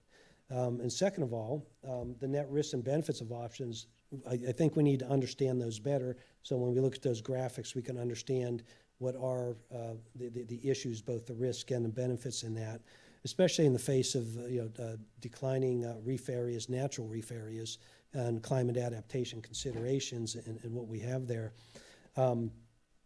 So importantly, the other takeaways you think about here are the benefits over time. If there's an impact that might occur today or over the next 3 weeks versus an impact that occurs today and what we have there today, and we lose that tomorrow, the following day, then for the year or the next 10 years or the next 100 years, there's some value in that. We provide value to having these benefits. So I think it's imperative that we understand what those benefits are. And the other thing I want to talk about is when we think about the resources, and I showed on the graph, North Sea is 99% at least of more soft mud habitat. It's not a very scarce resource. It's very abundant.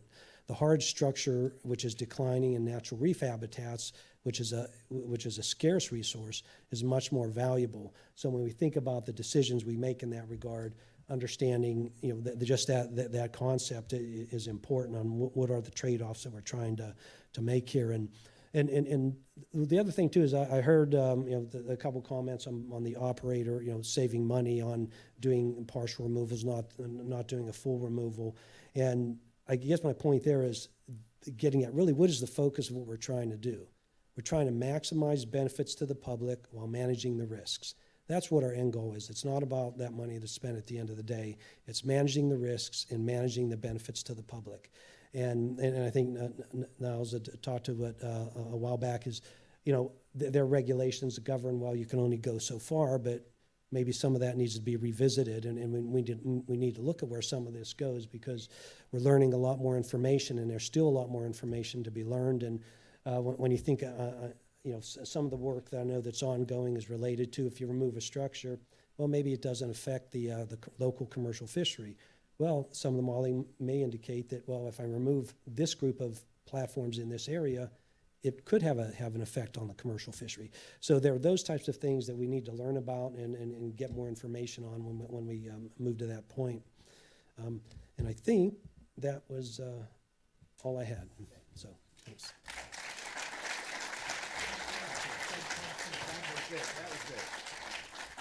If Robert and Nils, if you would come up and join Robert on stage, we'll take a couple of questions. And where did Joe go? I'm sorry. No, okay. All right. All right. So, I'm going to start with you, Nils. I'm going to ask a question before they do, though. We brought you here all the way from the UK. Remember that? Yes. We gave you I know. we gave you extra time. What's the one lesson you have for those of us in the United States based upon the experience in the North Sea? Talk, share lessons with each other. Well, so I want you to give one of the lessons. One of the lessons? Yeah, one of the lessons from the North Sea we ought to pay attention to. I think one of the big lessons, I think, is what Win is talking about with BP as well, is get the supply chain to deliver the solution. I've seen too many operators, they say they're going to out there tell the supply chain what to do time and time again, and the supply chain has got the knowledge. They know what to do, and I think that's where we should start.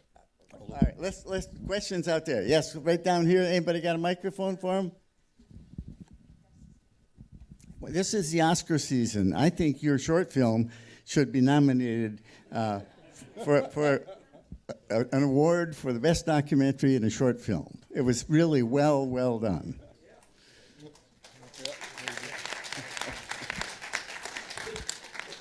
Okay, go ahead.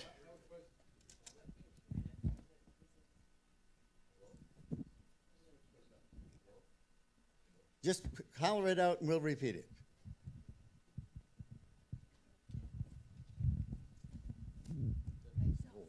Okay. I have a question about scale. You're talking about the face of declining natural reef areas. What is the scale of the declining natural reef areas to the areas of oil platforms? That's a question for Joe.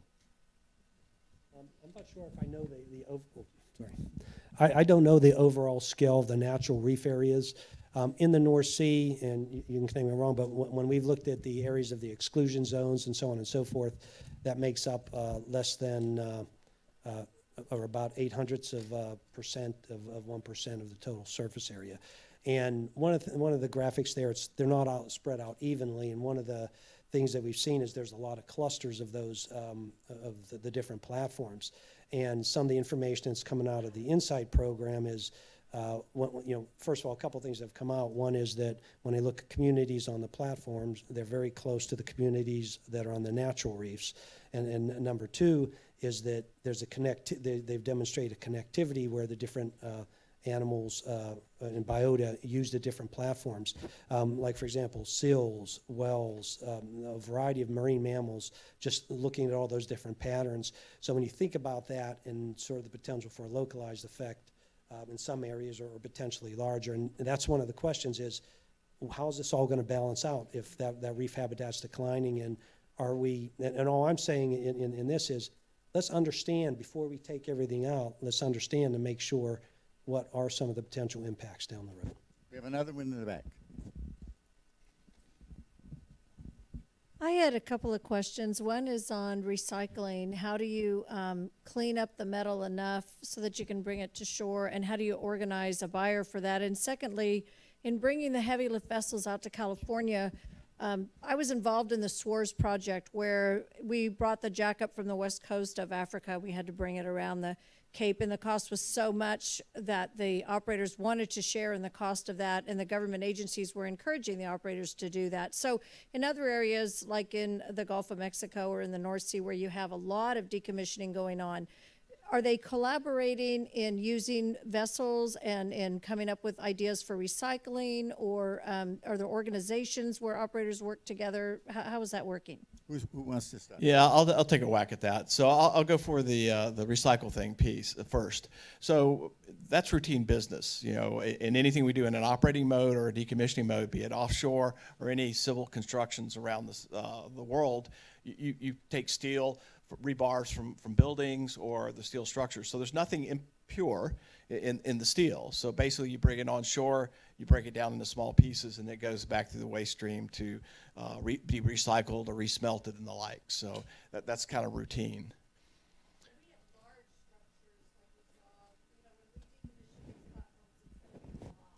Yeah. I mean, the Miller project, we were 40,000 tons.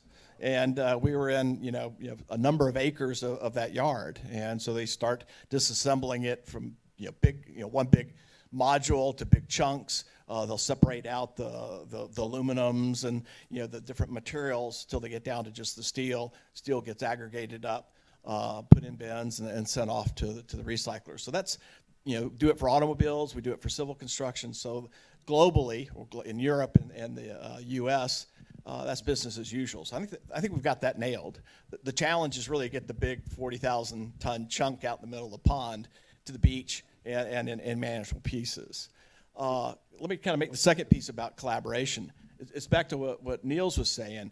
I think it's not operators to say, I want to work with you and you to figure out how to stitch together a program. It's for us as owners to share with the supply chain early on. I've got this work that's coming in 5 years, this work in 10 years, and openly share that with the supply chain and let them put the programs together.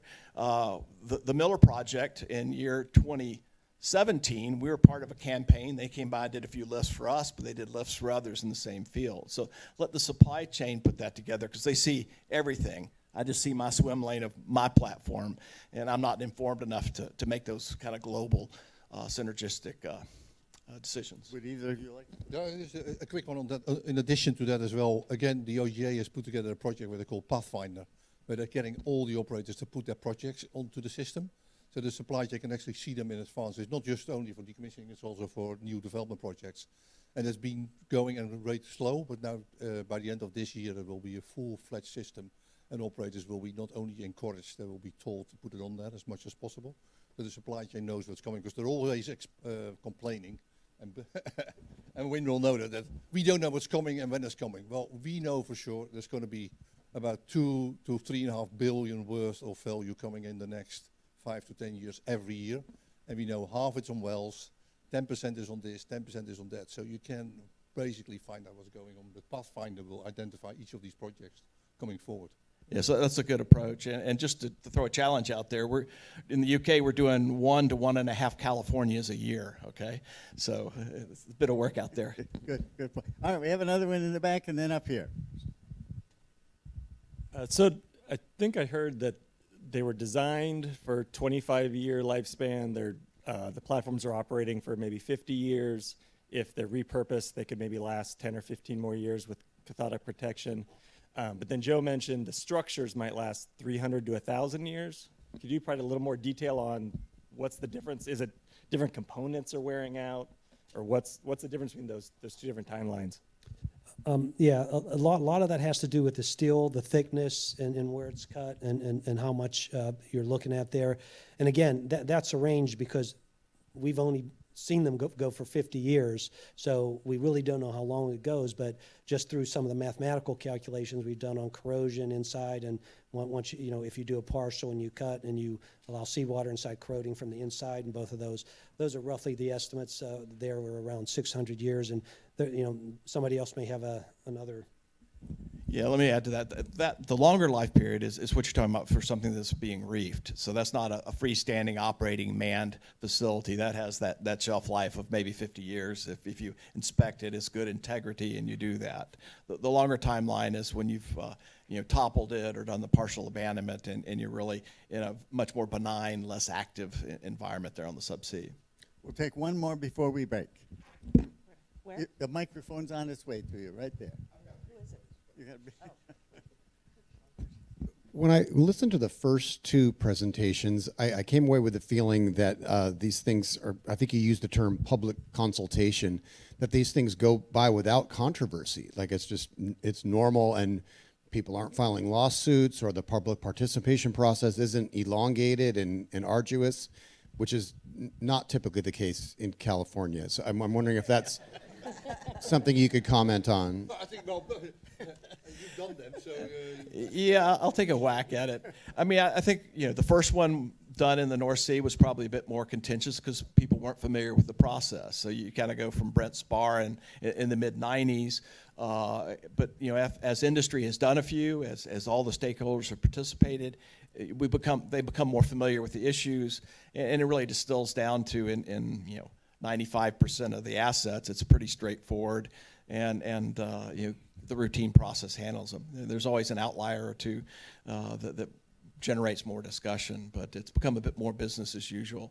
Not quite decommissioning fatigue, but it's an informed, and we've had those battles before. You haven't really gotten too many across the line here yet, so success breeds comfort, I think.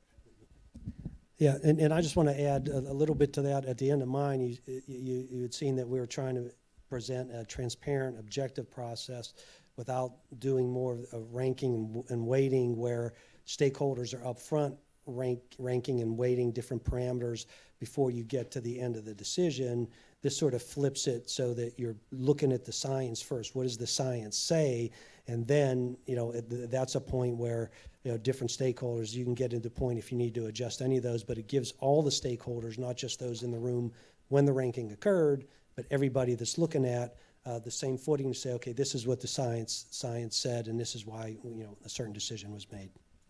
All right, we're going to have a break. Please be back promptly at 4 o'clock. Please join me in thanking our three speakers. I thought that was... I really do love that.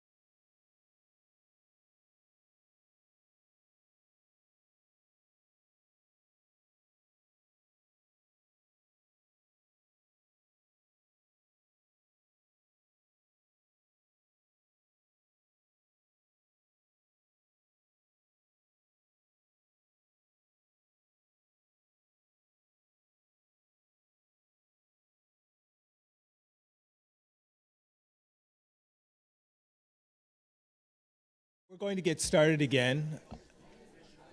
Folks in the back, if you could find a seat, that'd be great. I'm Chris Potter. I'm with the California Ocean Protection Council. Really? How about now?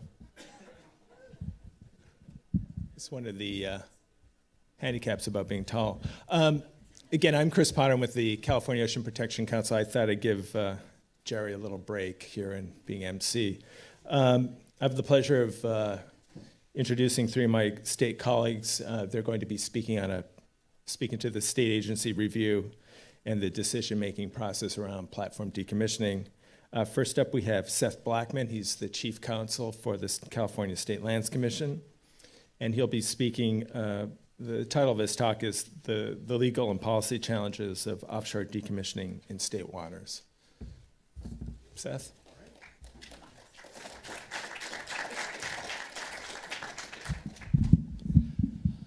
All right. Good afternoon, everyone. Thank you for hanging in after a full 7 hours today. I'm sure there's a little fatigue as they bring up my presentation here. There we go. I'd first like to thank the Aquarium of the Pacific and the Planning Committee for inviting me. This is something that's near and dear to my heart because of the challenges faced by the Commission right now with Platform Holly and Rincon Island. And I'm going to kind of focus my talks around the issues with those two case studies relative to what the Commission has worked on. But before I get started, unlike so many of the people who are already here, I'm not a scientist and I am not an industry specialist. I'm an attorney. So I have to start with a caveat that other people didn't start with, which is anything I say is my own opinion and is not necessarily the opinion of the commissioners or the commission in total. And by staying in your seats, you accept this waiver of liability and you promise not to hold anything against me that I say. So, okay, everybody's in, we're good. Let's see here. Very quickly, we've looked at this. A lot of people have talked about the specifics of decommissioning as an end result. We're in the unique position of not only is decommissioning part of what we're doing, but we are actually currently in the position of dealing with plug and abandonment of active wells at these two different sites, and I'll talk a little bit more about that. Obviously, our primary goals as the land managers for the state of California, and also in this case, sort of the de facto owners, because in Rincon Island and in Vinico, the operators walked away. The primary responsible parties did not fulfill their end of the bargain pursuant to the leases that they had with the state of California and its people. In the case of Platform Holly, we have been exceedingly lucky in the sense that we were able to work very, very well with a prior operator to Platform Holly, ExxonMobil, working towards the plug and abandonment and the ultimate decommissioning. On Rincon Island, there was a prior operator that some people know named Greca, and this is a kind of a perennial bad actor in the state of California who walked off and left everything to the state. So we as state taxpayers here are covering that cost from the general fund. So again, our primary goal with these bankruptcy actions, which I'll talk a little bit more about because what you're not hearing about in today's discussion are the difficulties with the legal realities of a bankruptcy in the context of decommissioning and how that can complicate matters. Most of the time what you're talking about from all of the folks here is when you have a good operator working in coordination with the regulators to try and find a good result. And that's great, but that hasn't been our experience, unfortunately. So our goal has been to safely and timely decommission these assets, make them safe, make sure that there is no oil coming to the surface, that there's no greater risk of a spill, and that we're ultimately getting that ready for that final decommissioning step. Again, another thing that hasn't been talked a lot about here, and I'm not surprised, is the California Environmental Quality Act, Sequa. This is something that every state agency and actor has to go through in some fashion or another, local governments as well. And this is kind of incorporating some of the elements that we've talked about previously about like net environmental benefits. It's not a particular call like we would have under a Rigs to Reefs program, but we're looking at all of the environmental impacts associated with an action that an agency may take. And in this case, the action would be, first and foremost, the concept of full removal. Really based on sort of Joe's discussion, I think, and also Betty Yee, our commissioner, last night mentioned, when we do a Sequa document, part of that is not only the original project for full removal, but we do have to actually look at a panoply of alternatives. And that's the partial removal all the way to full leave in place or protect in place. So our process is a little different than what's been talked about. So once we are done with plug and abandonment, which is sort of the end of the primary life cycle, of the oil and gas economic life, we get into the decommissioning point. We will need to present a plan to the people of California and to our commissioners. We will go out for very robust public review and stakeholder comment. Most of the time under Sequa, 45 days is a required period. We're anticipating for Rincon and Holly anywhere between 90 and 180 days of public review because there's so much going on. And that's a lot. It's a lot more than I think what most people would even want to do, but we understand that this is a very big question with a lot of input that's necessary, both from the scientific community, from various stakeholders in the NGO communities, and tribal representatives, as we've heard from here today. Just really briefly, these are just what the lease blocks were with Platform Holly. 3120 and 3242 were the two primary production leases offshore Santa Barbara. I wanted to get them on an overlay.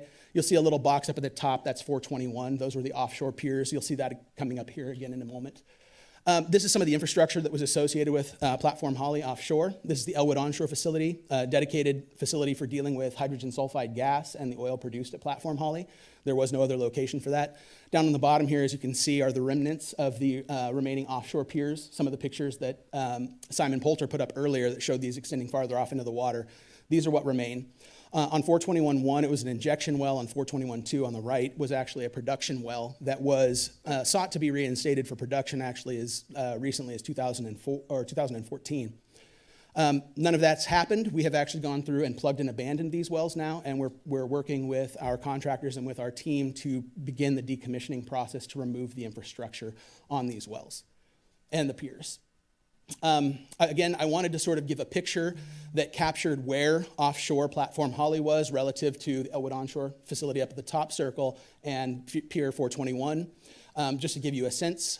As mentioned before, Platform Holly is not a huge platform in comparison to many of the California platforms, but when you see it offshore, 1.8 miles from the Santa Barbara coastline near the west campus of Santa Barbara, the UC Santa Barbara, it's big. I mean, this is a lot, you know, like they were saying, 5,500 tons on the jacket, plus whatever the weight of the top deck is, now that it's been cleared, is still a significant amount of infrastructure. I'm not gonna get too much into the weeds of what we've done. Steve talked a little bit about, we've had to do significant repairs on Platform Holly in order to actually move forward to do the plug and abandonment work, which we weren't really anticipating. And this has influenced the amount of costs associated with plug and abandonment. And one thing Nils mentioned is plug and abandonment is incredibly expensive. To date, just getting to the point of starting the plug and abandonment, 6 wells at Platform Holly, between all the parties involved, there's been more than $70 million spent. And I think that just gives you an idea. And that's 6 wells partially done. We're a long ways away. Total costs will exceed multiple hundreds of millions of dollars by the time decommissioning occurs and all of the, if full removal goes through and all the removal is done. This is Rincon Island, just a real quick, nice piece of drone footage. This is what Steve was showing earlier. This bottom portion down here is the well cellar where the primary wells on Rincon Island are. Again, very interesting fixed location and design. It's sort of a bowl design naturally so that it's a oil spill prevention device as it sits. It can hold up to 20,000 barrels of oil or water in that primary space inside. And that was built obviously by design that way. The difficult part is the man-made causeway that runs 2,700 feet back to shore, and it is actually not in good shape because the prior owner didn't properly maintain it. So there are limitations on weight that we can allow across that at this point, which has actually created some very interesting out-of-the-box thinking for how do we get critical infrastructure onto the island so that we can do the work. And that has been its own issue. This site will eventually be cleared once the wells are done. 25 of the 51 wells on the island have been completed.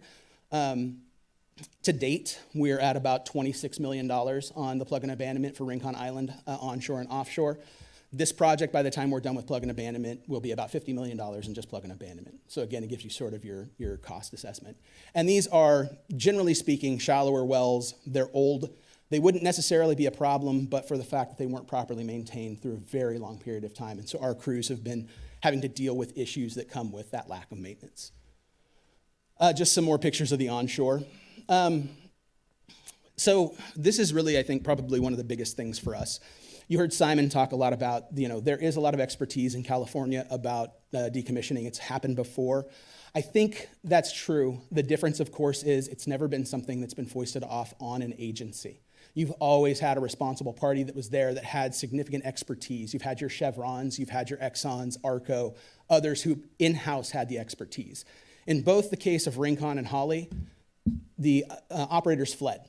They walked away from the state as quickly as they could under the guise of bankruptcy law and were shielded from any sort of major repercussions. So this is the first time that the State Lands Commission has been responsible in toto for the actual decommissioning and plug and abandonment process. And that's difficult because one of the things that has been really interesting with all of this is not just the fact that it's the State Lands Commission who's undertaking the work, but we're also trying to work with our sister state agencies to make sure that the work meets all the regulatory requirements. And that's hard for our sister state agencies because we're not part of the traditional regulated community, and we don't fit in certain definitions. One of the other things that's a big one for the State Lands Commission is the California Coastal Sanctuary Act that was passed in 1994, which is fantastic, but it upended one of our primary legal tools that allowed us to address basically somebody who flees from their lease, which is we would have the ability to release that and allow the economic production to continue going on.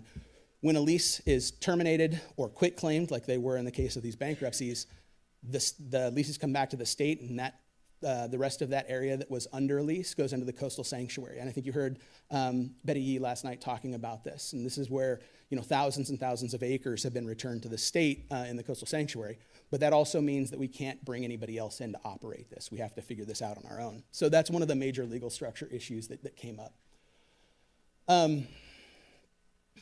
Let's move through this. So one of the things that you saw on that last slide, and even though I jumped past it, you can go look at it. Sequa allows for us to have significant engagement with all stakeholders. That includes everyone in this room, everyone in the community in Santa Barbara County. And that's something that we focus on very heavily. So that's one thing that I think people will see here is that robust discussion. I will say that one of the things that we've come across in estimating costs for decommissioning for the state of California on our end is that without a embedded cost estimate from industry, a lot of times you've got standalone decommissioning costs or plug and abandonment costs. And that didn't include the fact that most companies have reservoir engineers, they have decommissioning engineers, and they have specialists that are part of their just standard bankroll. So all they would ever assess for their retirement obligations was just the contract for P&A. And that might be $250,000 for a well or $500,000 for a well, but then another $200,000 to $300,000 of work was going on over here inside of the blanket of their normal operations. And so what we found as we've worked through this is that costs are substantially higher when a third party is actually responsible for doing this work. In the case of most of these wells, we're looking at double to triple the cost of what most industry estimates are because we're actually having to pay a third party to do all this work, everything, from the engineering plans all the way through to execution. As I mentioned, regulatory compliance is difficult because who is an operator? Are we an operator by issue of the fact that we're sort of forced into this position as a state agency that has its own independent authority? Are we an operator? Is it our contractor? Not really, because they're not taking on any kind of economic incentive here other than to do the work. And so that's been difficult. And then, of course, the real question that we're all asking today is what happens with the remaining infrastructure. And that's a huge policy consideration as to what happens next. For the purposes of just highlighting what Simon already highlighted was, there's a significant amount of coordination with local governments and state agencies. Up here, I've highlighted both, the city of Goleta, the county of Ventura, the local air pollution control districts, Dogger, now CalGEM. The Coastal Commission has a big play on this. The Office of Spill Response, Prevention and Response has a lot to do with this, local emergency offices, state fire marshal, and that's not even including water boards, Army Corps, or anybody else. This is just at the local level.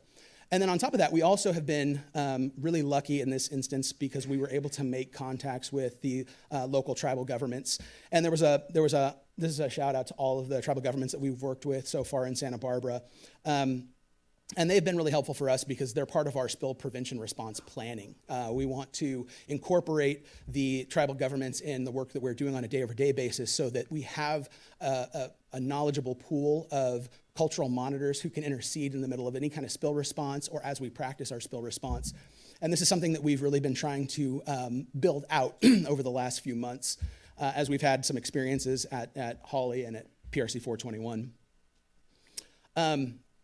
Again, the final disposition of what happens with Platform Holly or Rincon Island is going to be entirely informed by that Sequa process. All of this will come before the commission. I think one thing that sort of gets lost in translation on a lot of this stuff is that the commission, for those platforms and those islands in state waters, the commission has the discretion to determine whether they're going to come out completely or partially remain. And that's a big question. And that, I think, will be influenced by stakeholders and science and everything else. This doesn't require the Rigs to Reefs program that we've talked about. And given my limitations on time, I'm not going to go into the other issues with the Rigs to Reefs legislation. Don't know if this will play. It's kind of a big one. I was going to try and offer this. This is a fairly recent, thank you. This is a fairly recent video within the last 2 years of some UCSB divers diving on Platform Holly's jacket. And this is, relatively shallow, the top 45 to 60 feet. And you can find this, and I can send this out for future reference for a link, but it's really interesting to see the amount of growth all along the jacket. It really gives you a sense that when they're doing some initial measurements, there's between 8 and 10 inches of muscle growth on the jacket. And this is what normally would get scraped in certain levels. And so this is what you're looking at in terms of just some of the biomass up high. And that doesn't even include the fish kind of populations that go down below, down to the 211-foot level at Holly. Similarly, at Rincon Island, one thing that's not really clearly expressed in those locations is the way that Rincon Island is built, and you kind of see it on the picture, are these huge tetrapods. And those tetrapods, there's 1,100 tetrapods out there. They're 33 tons each for each giant concrete tetrapod. But it created this incredible rocky habitat for lobsters. It's one of the most amazing locations for trapping lobsters and everything else in kind of that Santa Barbara Channel. So there's some really interesting and unique habitat that comes from this. So I'm just kind of highlighting what some of this stuff will be, and I think what the questions will be when we start talking about the final decommissioning. Let's see.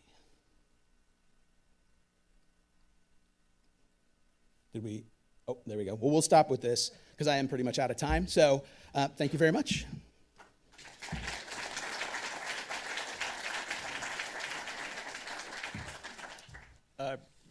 Our next speaker is Cassidy Teufel. Cassidy is a senior environmental scientist with the California Coastal Commission.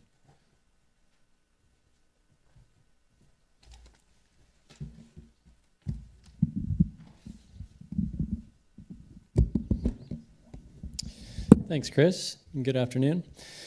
I'll be speaking today about the California Coastal Commission's role in reviewing and authorizing platform decommissioning activities.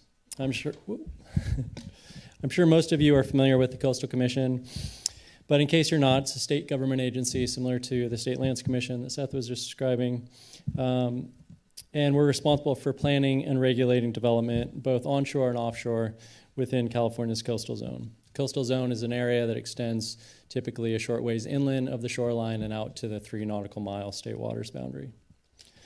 Under the Coastal Commission's regulations, development can include both construction and removal of structures. And that development triggers a need for a coastal development permit. Coastal development permit may be required by the commission or a coastal local government if that local government has what's called a certified local coastal program. For activities like platform removal out in state waters, the Coastal Commission, not the local government, must grant a coastal development permit for the project to proceed. A permit for platform decommissioning would be a discretionary authorization, and its approval would be decided by a majority vote of 12 appointed commissioners after a public hearing, compliance with the Commission's tribal consultation policy and environmental justice policy, and review of the development's conformity to the Coastal Act, resource protection, and public access policies. These coastal resources include marine species and habitats, water quality, commercial and recreational fishing, and boating, water-oriented recreation, and coastal access. If a majority of the commission determines that a proposed development would appropriately protect these resources, or they condition or modify it to do so, a coastal development permit is issued and the development proceeds. As you've heard previously, 27 platforms are currently in place offshore of California, not counting the oil islands just off the shoreline here in Long Beach.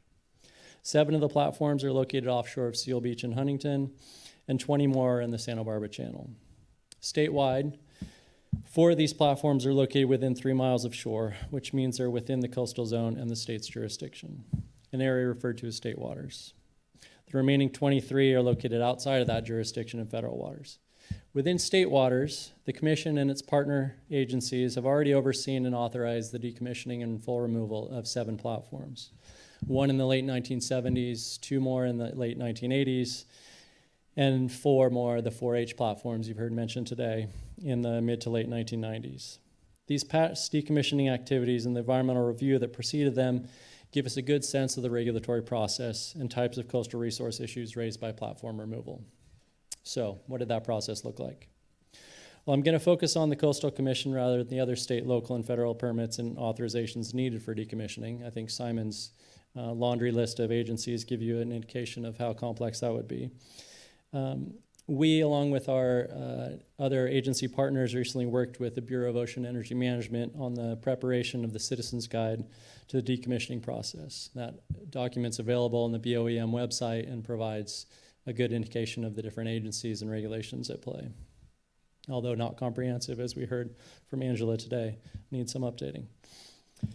Using the 4 most recent platform decommissioning efforts as an example, the Commission's review process is fairly straightforward. It begins with an application for a coastal development permit, and then makes use of the information in that application, as well as under Sequa and NEPA, to evaluate the project's likely effects to coastal resources.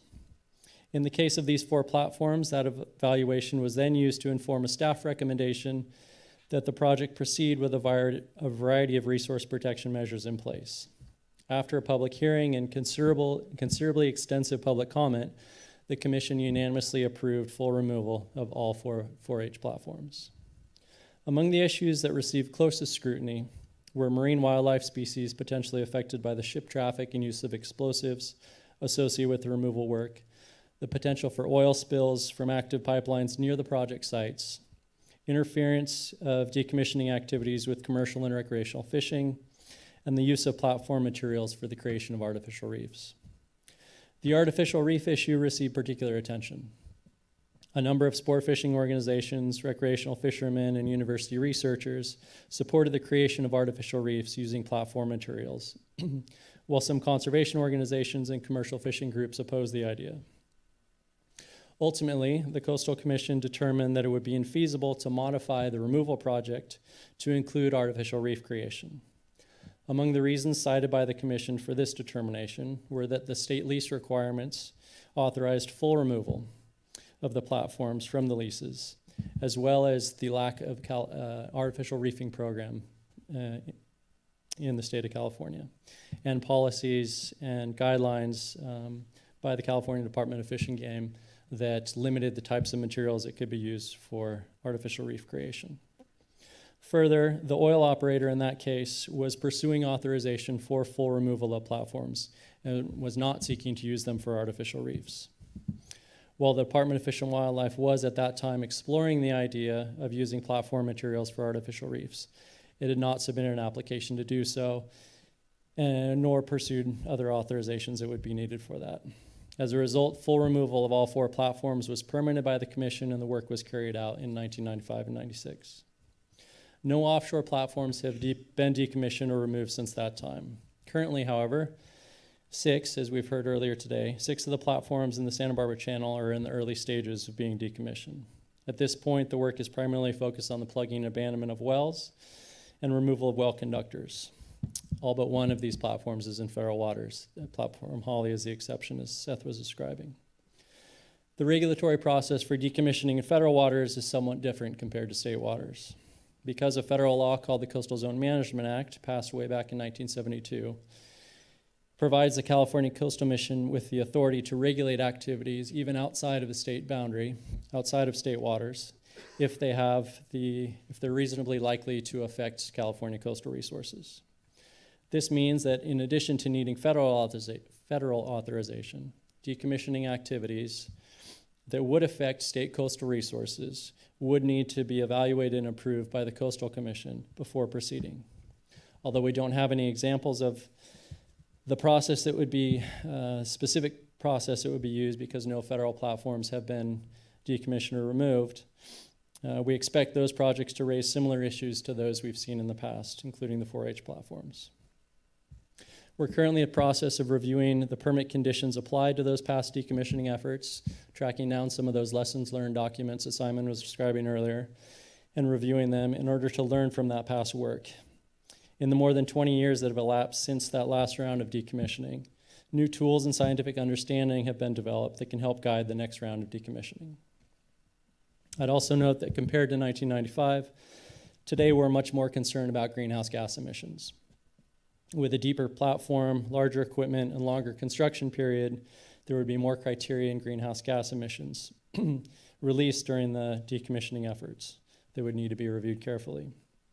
Like the air districts, we'd be looking at what kinds of low emission vessels would be available and what kind of offsets would be provided. We're also closely considering issues that may be raised in the ports that are designated to receive the materials from decommissioning. As Simon mentioned, one of the unanticipated issues that came up with the 4-H platforms were the noxious odors from the rotting marine life and fouling material on the caissons. It's things like that that we're particularly focusing on so that as we get further into the next round of decommissioning, we're more informed and prepared to deal with the issues that arise.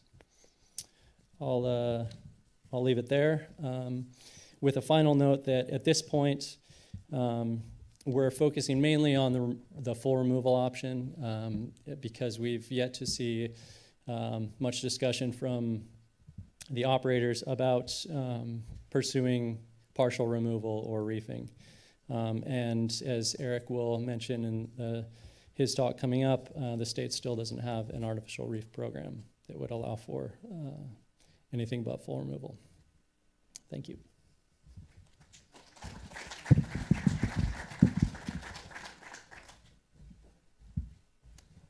Thank you, Cassidy. Our next and final speaker for the afternoon is Eric Wilkins. Eric is a senior environmental scientist with the California Department of Fish and Wildlife. He'll be talking about the department's role in decommissioning in California.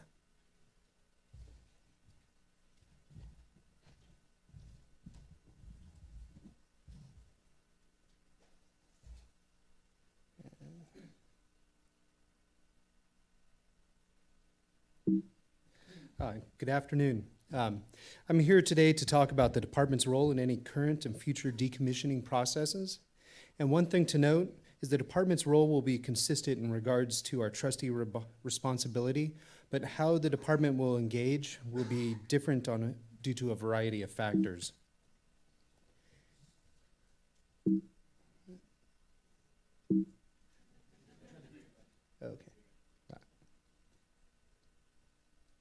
Okay. As a reminder to those of you that do not know, the department's mission is to manage California's diverse fish, wildlife, and plant resources and the habitats upon which they depend for their ecological values and for their use and enjoyment by the public. As a number of laws and regulations guide how the department achieves this mission.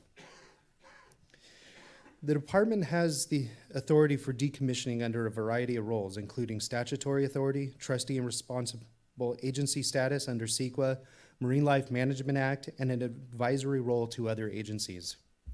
The department is always a trustee agency when projects may affect fish, wildlife, or their habitats under the California Environmental Quality Act, and may assume the role of responsible or lead agency if proposing one of its own projects or issuing a permit for a project. The department assumes a similar role in the NEPA process as it engages with federal agencies. And through our trustee agency role, the department also acts in an advisory role to other agencies, both state and federal. Some additional laws and regulations. The Marine Life Management Act became law on January 1st, 1999. It's important to note that the MLMA applies not only to fish and shellfish taken by commercial and recreational fishermen, but also to all marine wildlife. And the California Endangered Species Act was enacted in 1970 and conserves and protects plant and animal species at risk of extinction. The CISA prohibits the take of any species or wildlife designated by the California Fish and Game Commission as endangered, threatened, or candidate species. It's also important to note that the department plays an active and important role in fisheries management for both state and federally managed fisheries. And the California Department of Fish and Wildlife's Office of Spill Prevention and Response is the state's lead agency for response to oil spills in state waters, both inland and marine. OSPR works with industry partners on oil spill contingency planning, drills and exercises, and restoration following spills. OSPR is currently involved with a multi-agency committee, MAC, assisting with oil well abandonment in nearshore marine waters. If there is an oil spill associated with well abandonment, OSPR will respond as they do with all oil spills. Now, the department will take on different roles and responsibilities for each decommissioning project depending on a variety of factors. For instance, location. If the project is located in federal or state waters, who the lead agency will be, but the department assumes there will always be a Sequa process of some sort because of pipelines and associated onshore facilities. If there are potential permits involved that the department would have to issue, such as an incidental take permit recommended for any state-listed species, the removal option will change how the department is involved, if there's full removal proposed or some sort of partial removal. And it should be noted the department is not taking any advisory role at this time on what option should be pursued for decommissioning of any platforms in California at this time. So for full removal, the department will be involved, of course, in the Sequa process as a trustee agency, advise other state and federal agencies, and provide comments on the relevant Sequa and NEPA documents and other permits issued by or looked at by other agencies. And should the department need to permit some facet of the decommissioning process, the department will act as a responsible agency. So for scientific collecting permits, those would be permits that would be needed for research, monitoring, that would all involve any take of California marine species. Incidental take permits, while currently there are no state-listed species directly associated with the platform in marine waters, this could change at any time, and the department is aware of that. Use of explosives. Fish and Game Code Section 5500, it is unlawful to use explosives in the waters of the state inhabited by fish except under a permit first obtained by the user from the department. So that would be something that would be needed if that is considered as an option for removing part of the platform. And lake and stream bed authorization. I'm fully aware that the platforms are not near lakes and stream beds, but should any of the pipelines or associated facilities on shore pass over a lake, stream bed, even a dry riverbed, we would recommend one of those be obtained. For partial removal, the Marine Life Legacy Act was established in 2010. The Marine Life Legacy Act authorized the concept of partial removal of platforms in California waters. The provisions of the Marine Life Legacy Act can be found in Fish and Game Code Section 6600 to 6621. And the Act does, among other things, the following. It establishes a program through which an applicant may voluntarily apply to the department to carry out partial removal of the structure. And the program was established pursuant to this chapter shall be deemed consistent with and part of the California Artificial Reef Program. And this will be important as I get further into my talk. The department's other roles under the Legacy Act include establishing an application process, accepting and reviewing applications while also determining application completeness, granting and determining conditional approvals, working with the Ocean Protection Council on a net environmental benefit analysis, working with state partners such as State Lands Commission and Ocean Protection Council on the Sequa process, and should it go all the way through the decommissioning process, taking title to the decommissioned offshore oil structure following decommissioning and well abandonment. Now, I've already covered how the department would be involved in some key provisions. Some other things to take note of is the Ocean Protection Council would take the lead on developing the net environmental benefit analysis, and the department would assist on that. A key component of this analysis is that it cannot include benefits associated with the cost savings. And the purpose of the net environmental benefit analysis would be to determine if there is a net environmental benefit compared to full removal for not just the rig, but the ecosystem as a whole.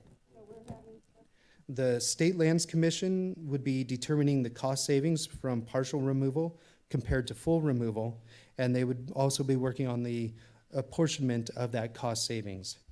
An endowment fund would be created with the state's portion of the cost savings, and the Coastal Conservancy would create an advisory spending plan for the cost savings deposited in an endowment.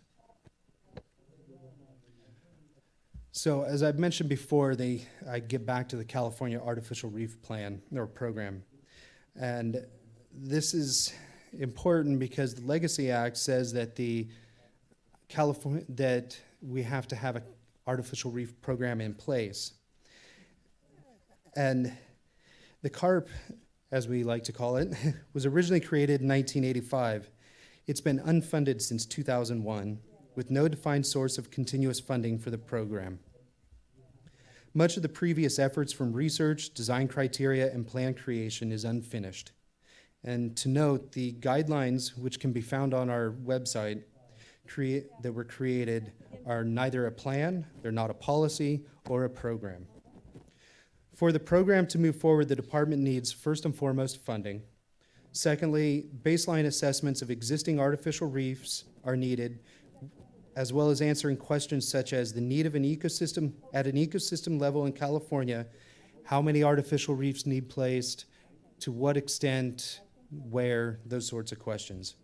Finally, a scientifically sound statewide artificial reef plan needs to be created based on this research with clearly defined goals and objectives.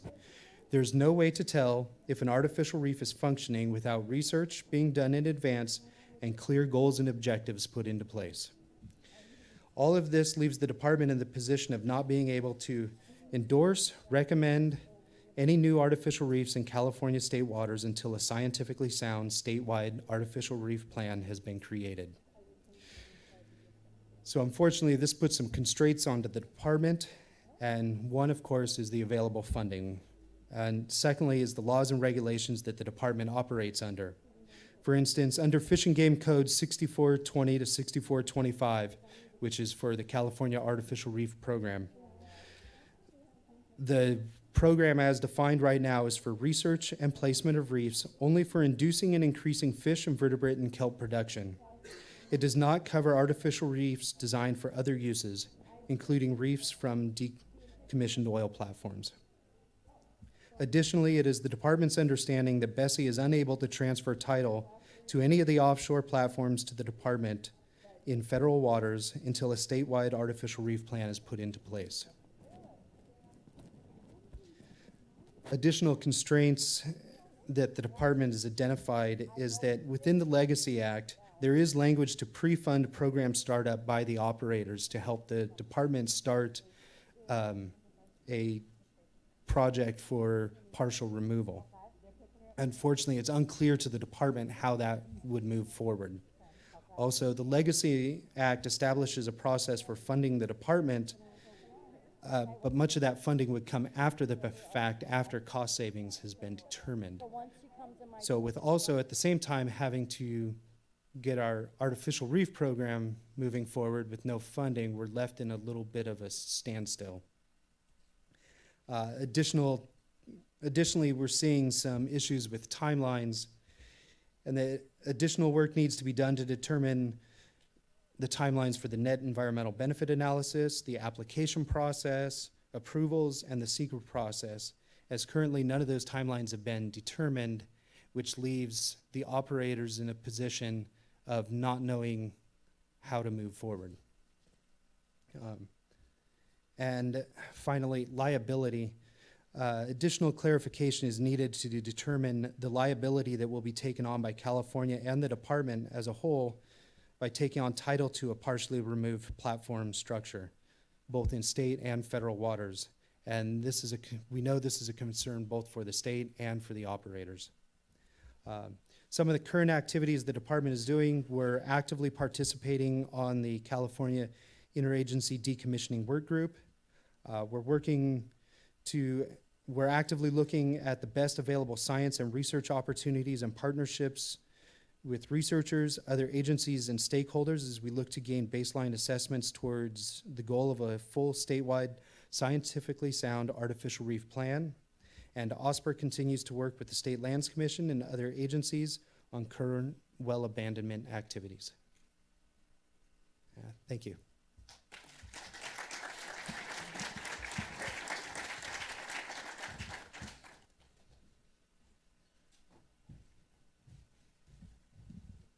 Thanks, Eric. So we've got the lights turned back up so we can field some questions here.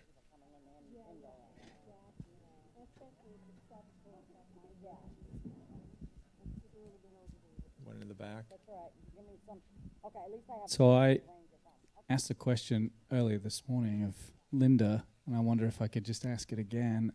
My question this morning was in relation to the state acquiring title and liability for reefing projects and whether that was seen as a constraint. I think that was my question anyway. I wonder if, I mean, Eric's just run through obvious constraints. I wonder if any of you want to talk about them a little more deeply.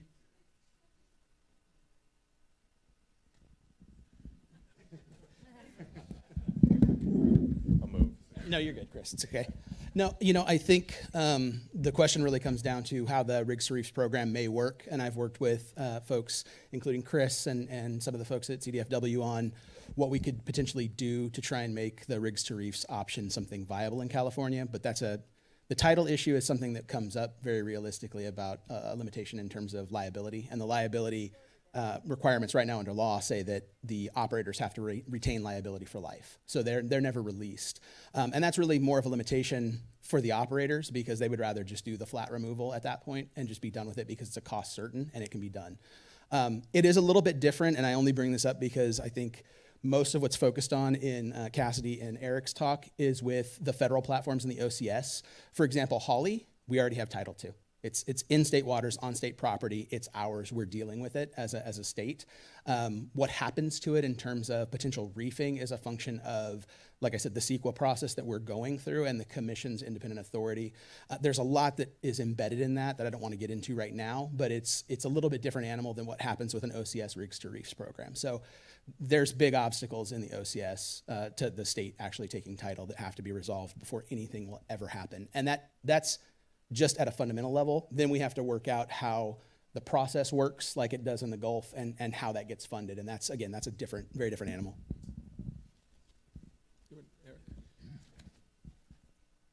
I guess I would just add towards the liability issue, it would include everything from liability from fishing vessels, from diving, from whale entanglement, everything. So these are all things that the department has been thinking about, and it's going to take some more work to figure those out. Thank you. Any other questions back there?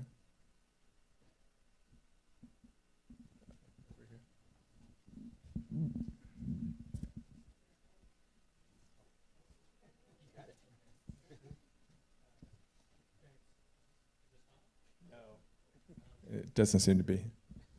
I'll just talk loud. I don't spend much time at karaoke bars anymore. Don't know how to turn the microphone on. I'm not from California. I don't live here. I'm trying to digest the legal process. Now, let me preface with my question with the idea that you have an asset in water that has high ecological value. Let's just assume that. So we have a rig. Is there a legal pathway for the ownership to be transferred to a third party? Let's say a seafood production company comes along and says, hey, I want to buy that rig and use it as the base for an aquaculture. Is there a legal pathway to do that? And is there room for some kind of creative intervention on covering the liability, perhaps with a fourth party from the insurance industry that would help facilitate this transition? Do you want, Are you asking for federal or state waters? Well, I'm really talking about the ones in federal waters. I'll answer a little bit first and then give it to one of my. So this is really a question that could be fielded by the Bureau of Ocean Energy Management, but I'll give it a shot. So the federal regs allow for alternative uses, and there's a whole, when a determination is made that a platform is going to be used for an alternative use, I believe that that BOEM will hold like a set, will announce that there's an interest in alternative use, and then there will be an opportunity for other folks to express interest in an alternative use. The oil companies still retain the decommissioning liability, you know, whenever that that decommissioning might take place, 50, 100 years down the road. Yeah, and I would just add to that, I mean, unless the law for California is rewritten for the ability of there being some title, like if it's a third party taking full title to it and doing something in the OCS entirely, that's a BOEM call entirely, right? But if it's a question of we're reefing this in the context of the California law, and California's taking title, and there's a third party who wants to do an alternative, but they have some other way of floating the lifetime liability on that, that hasn't been addressed by law. That would be something we would have to cover, but that's not contemplated really in the current Rigs to Reefs program. To the extent that it's just in the OCS, then BOEM does have some ability to facilitate that, but we haven't really run across that for this sort of multi-tier ownership where the state has title to the physical infrastructure. Anyone else?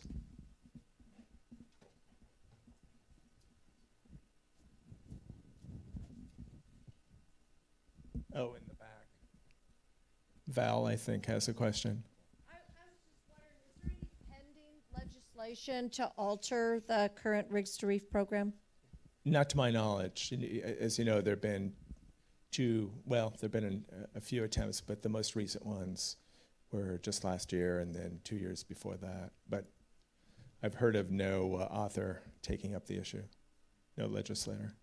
What's the plan for Rincon Island? That's for Seth. Yeah.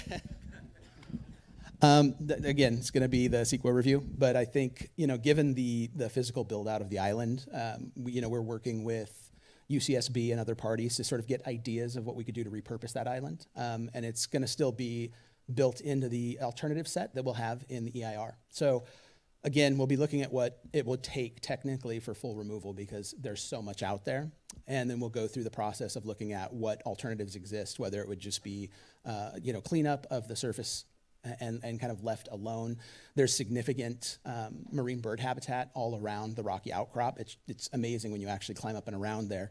And so it could end up being an isolated habitat in that way. We've talked with a couple of different folks about potentials for research stations. But again, it's really going to depend on what potential opportunities exist, and I think what the funding mechanisms might be. And that's a bigger question, which is why, like I said, I think that the Sequa process we'll be going through is going to be pretty robust to try and really evaluate whether or not there are viable projects. And if there are, we want to make sure they get the appropriate Sequa treatment. We want to do as complete a project evaluation as we possibly can for the end of life of the property. Thank you. Anyone else?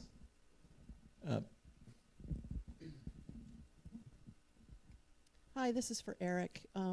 Going back to this morning when Ann Bull mentioned that in her research there was recommendations that 13 platforms be designated as a habitat area of particular concern and as part of an essential fish habitat assessment. And as Fish and Wildlife Service is responsible for essential fish habitat, I was just wondering if you had any comments about that, or is that just a dead issue altogether? Well, to start, essential fish habitat is designated in partnership through National Marine Fisheries Service and the Pacific Fishery Management Council as they go through reviews of fishery management plans. We've just finished up the most recent review for the ground fish, and it's going through its NEPA review right now as they finalize the preferred alternative. This last review, it did not come up as a proposal for a HAPSI. One more? Oh, okay. I think I think this is for Seth. It sounded like you said that the state has full discretion as to the future of Platform Holly. If there was a proposal for reuse, whose main objective was not a reef, but that has an ancillary benefit of being a reef, do you implement the Rigs to Reef program, or is that outside the Rigs to Reef program? It's a good question. It's outside the Rigs to Reef program. So the Rigs to Reef program is very specific in what happens and when it is triggered. It is primarily focused on those platforms in the OCS as opposed to inside of state waters. Platform Holly and most of the other operations in the state of California predate a lot of the existence of, Sequa, the Coastal Commission, and everything else. And there are reasons why, like I said, I don't want to unpack all of them, but reasons why that's within the purview of the three commissioners. So Commissioner Yee is our chairperson, Commissioner Kounalakis, and the Director of Finance. And this, for our purposes, that's really the body that makes the determination as to what use is preferred, subject to the Sequa analysis. Now, just for those of you who aren't familiar with the Sequa analysis, what this means is, like I said, we're going to look at a variety of options. We're obligated to do so under law. And if there is an option like full removal that has significant environmental impacts, the commission can adopt that and say, absolutely, full removal, we do a statement of overriding consideration, and we move forward. But that's to inform all of the stakeholders why we're making the decision, and that we're making it, with the knowledge of those significant impacts. There's also environmentally preferred options that have to be identified. An environmentally preferred option will be something in that realm that looks at a way to mitigate as many of the impacts as possible to existing marine life. That could be a partial option. It could be something alternative. Any alternative use would be something that would be theoretically, hopefully submitted during a scoping period when we're working on the document, on the Sequa document. So if there are citizen stakeholders or groups that have a proposed idea, they can submit it. One of the things that happens in the Sequa process, and this is a little bit belabored, so I apologize, but in the Sequa process, when we get suggestions like that, they go into the alternatives.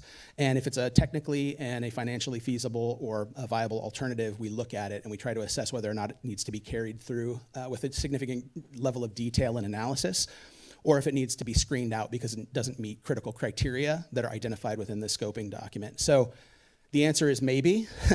I can't guarantee that, but it is one of those things where if something is ultimately submitted as an alternative, we can evaluate it in the context of the Sequa document and provide our decision makers with that information.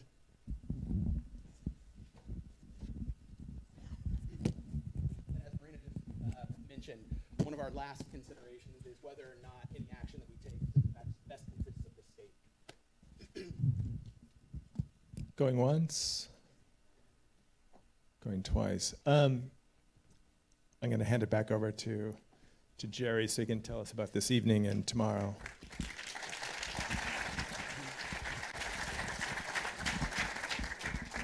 Thank you, Chris, Seth, Eric, and Cassidy, and I want to thank all of our speakers. We have a little time. If anybody has a question, there's a lot of expertise in this room. We'll try to find someone in the room to answer it. Before we do that, let me just remind you, Sylvia will be here tonight at 7. She was very sorry that she missed last night. She was on a flight back from Singapore.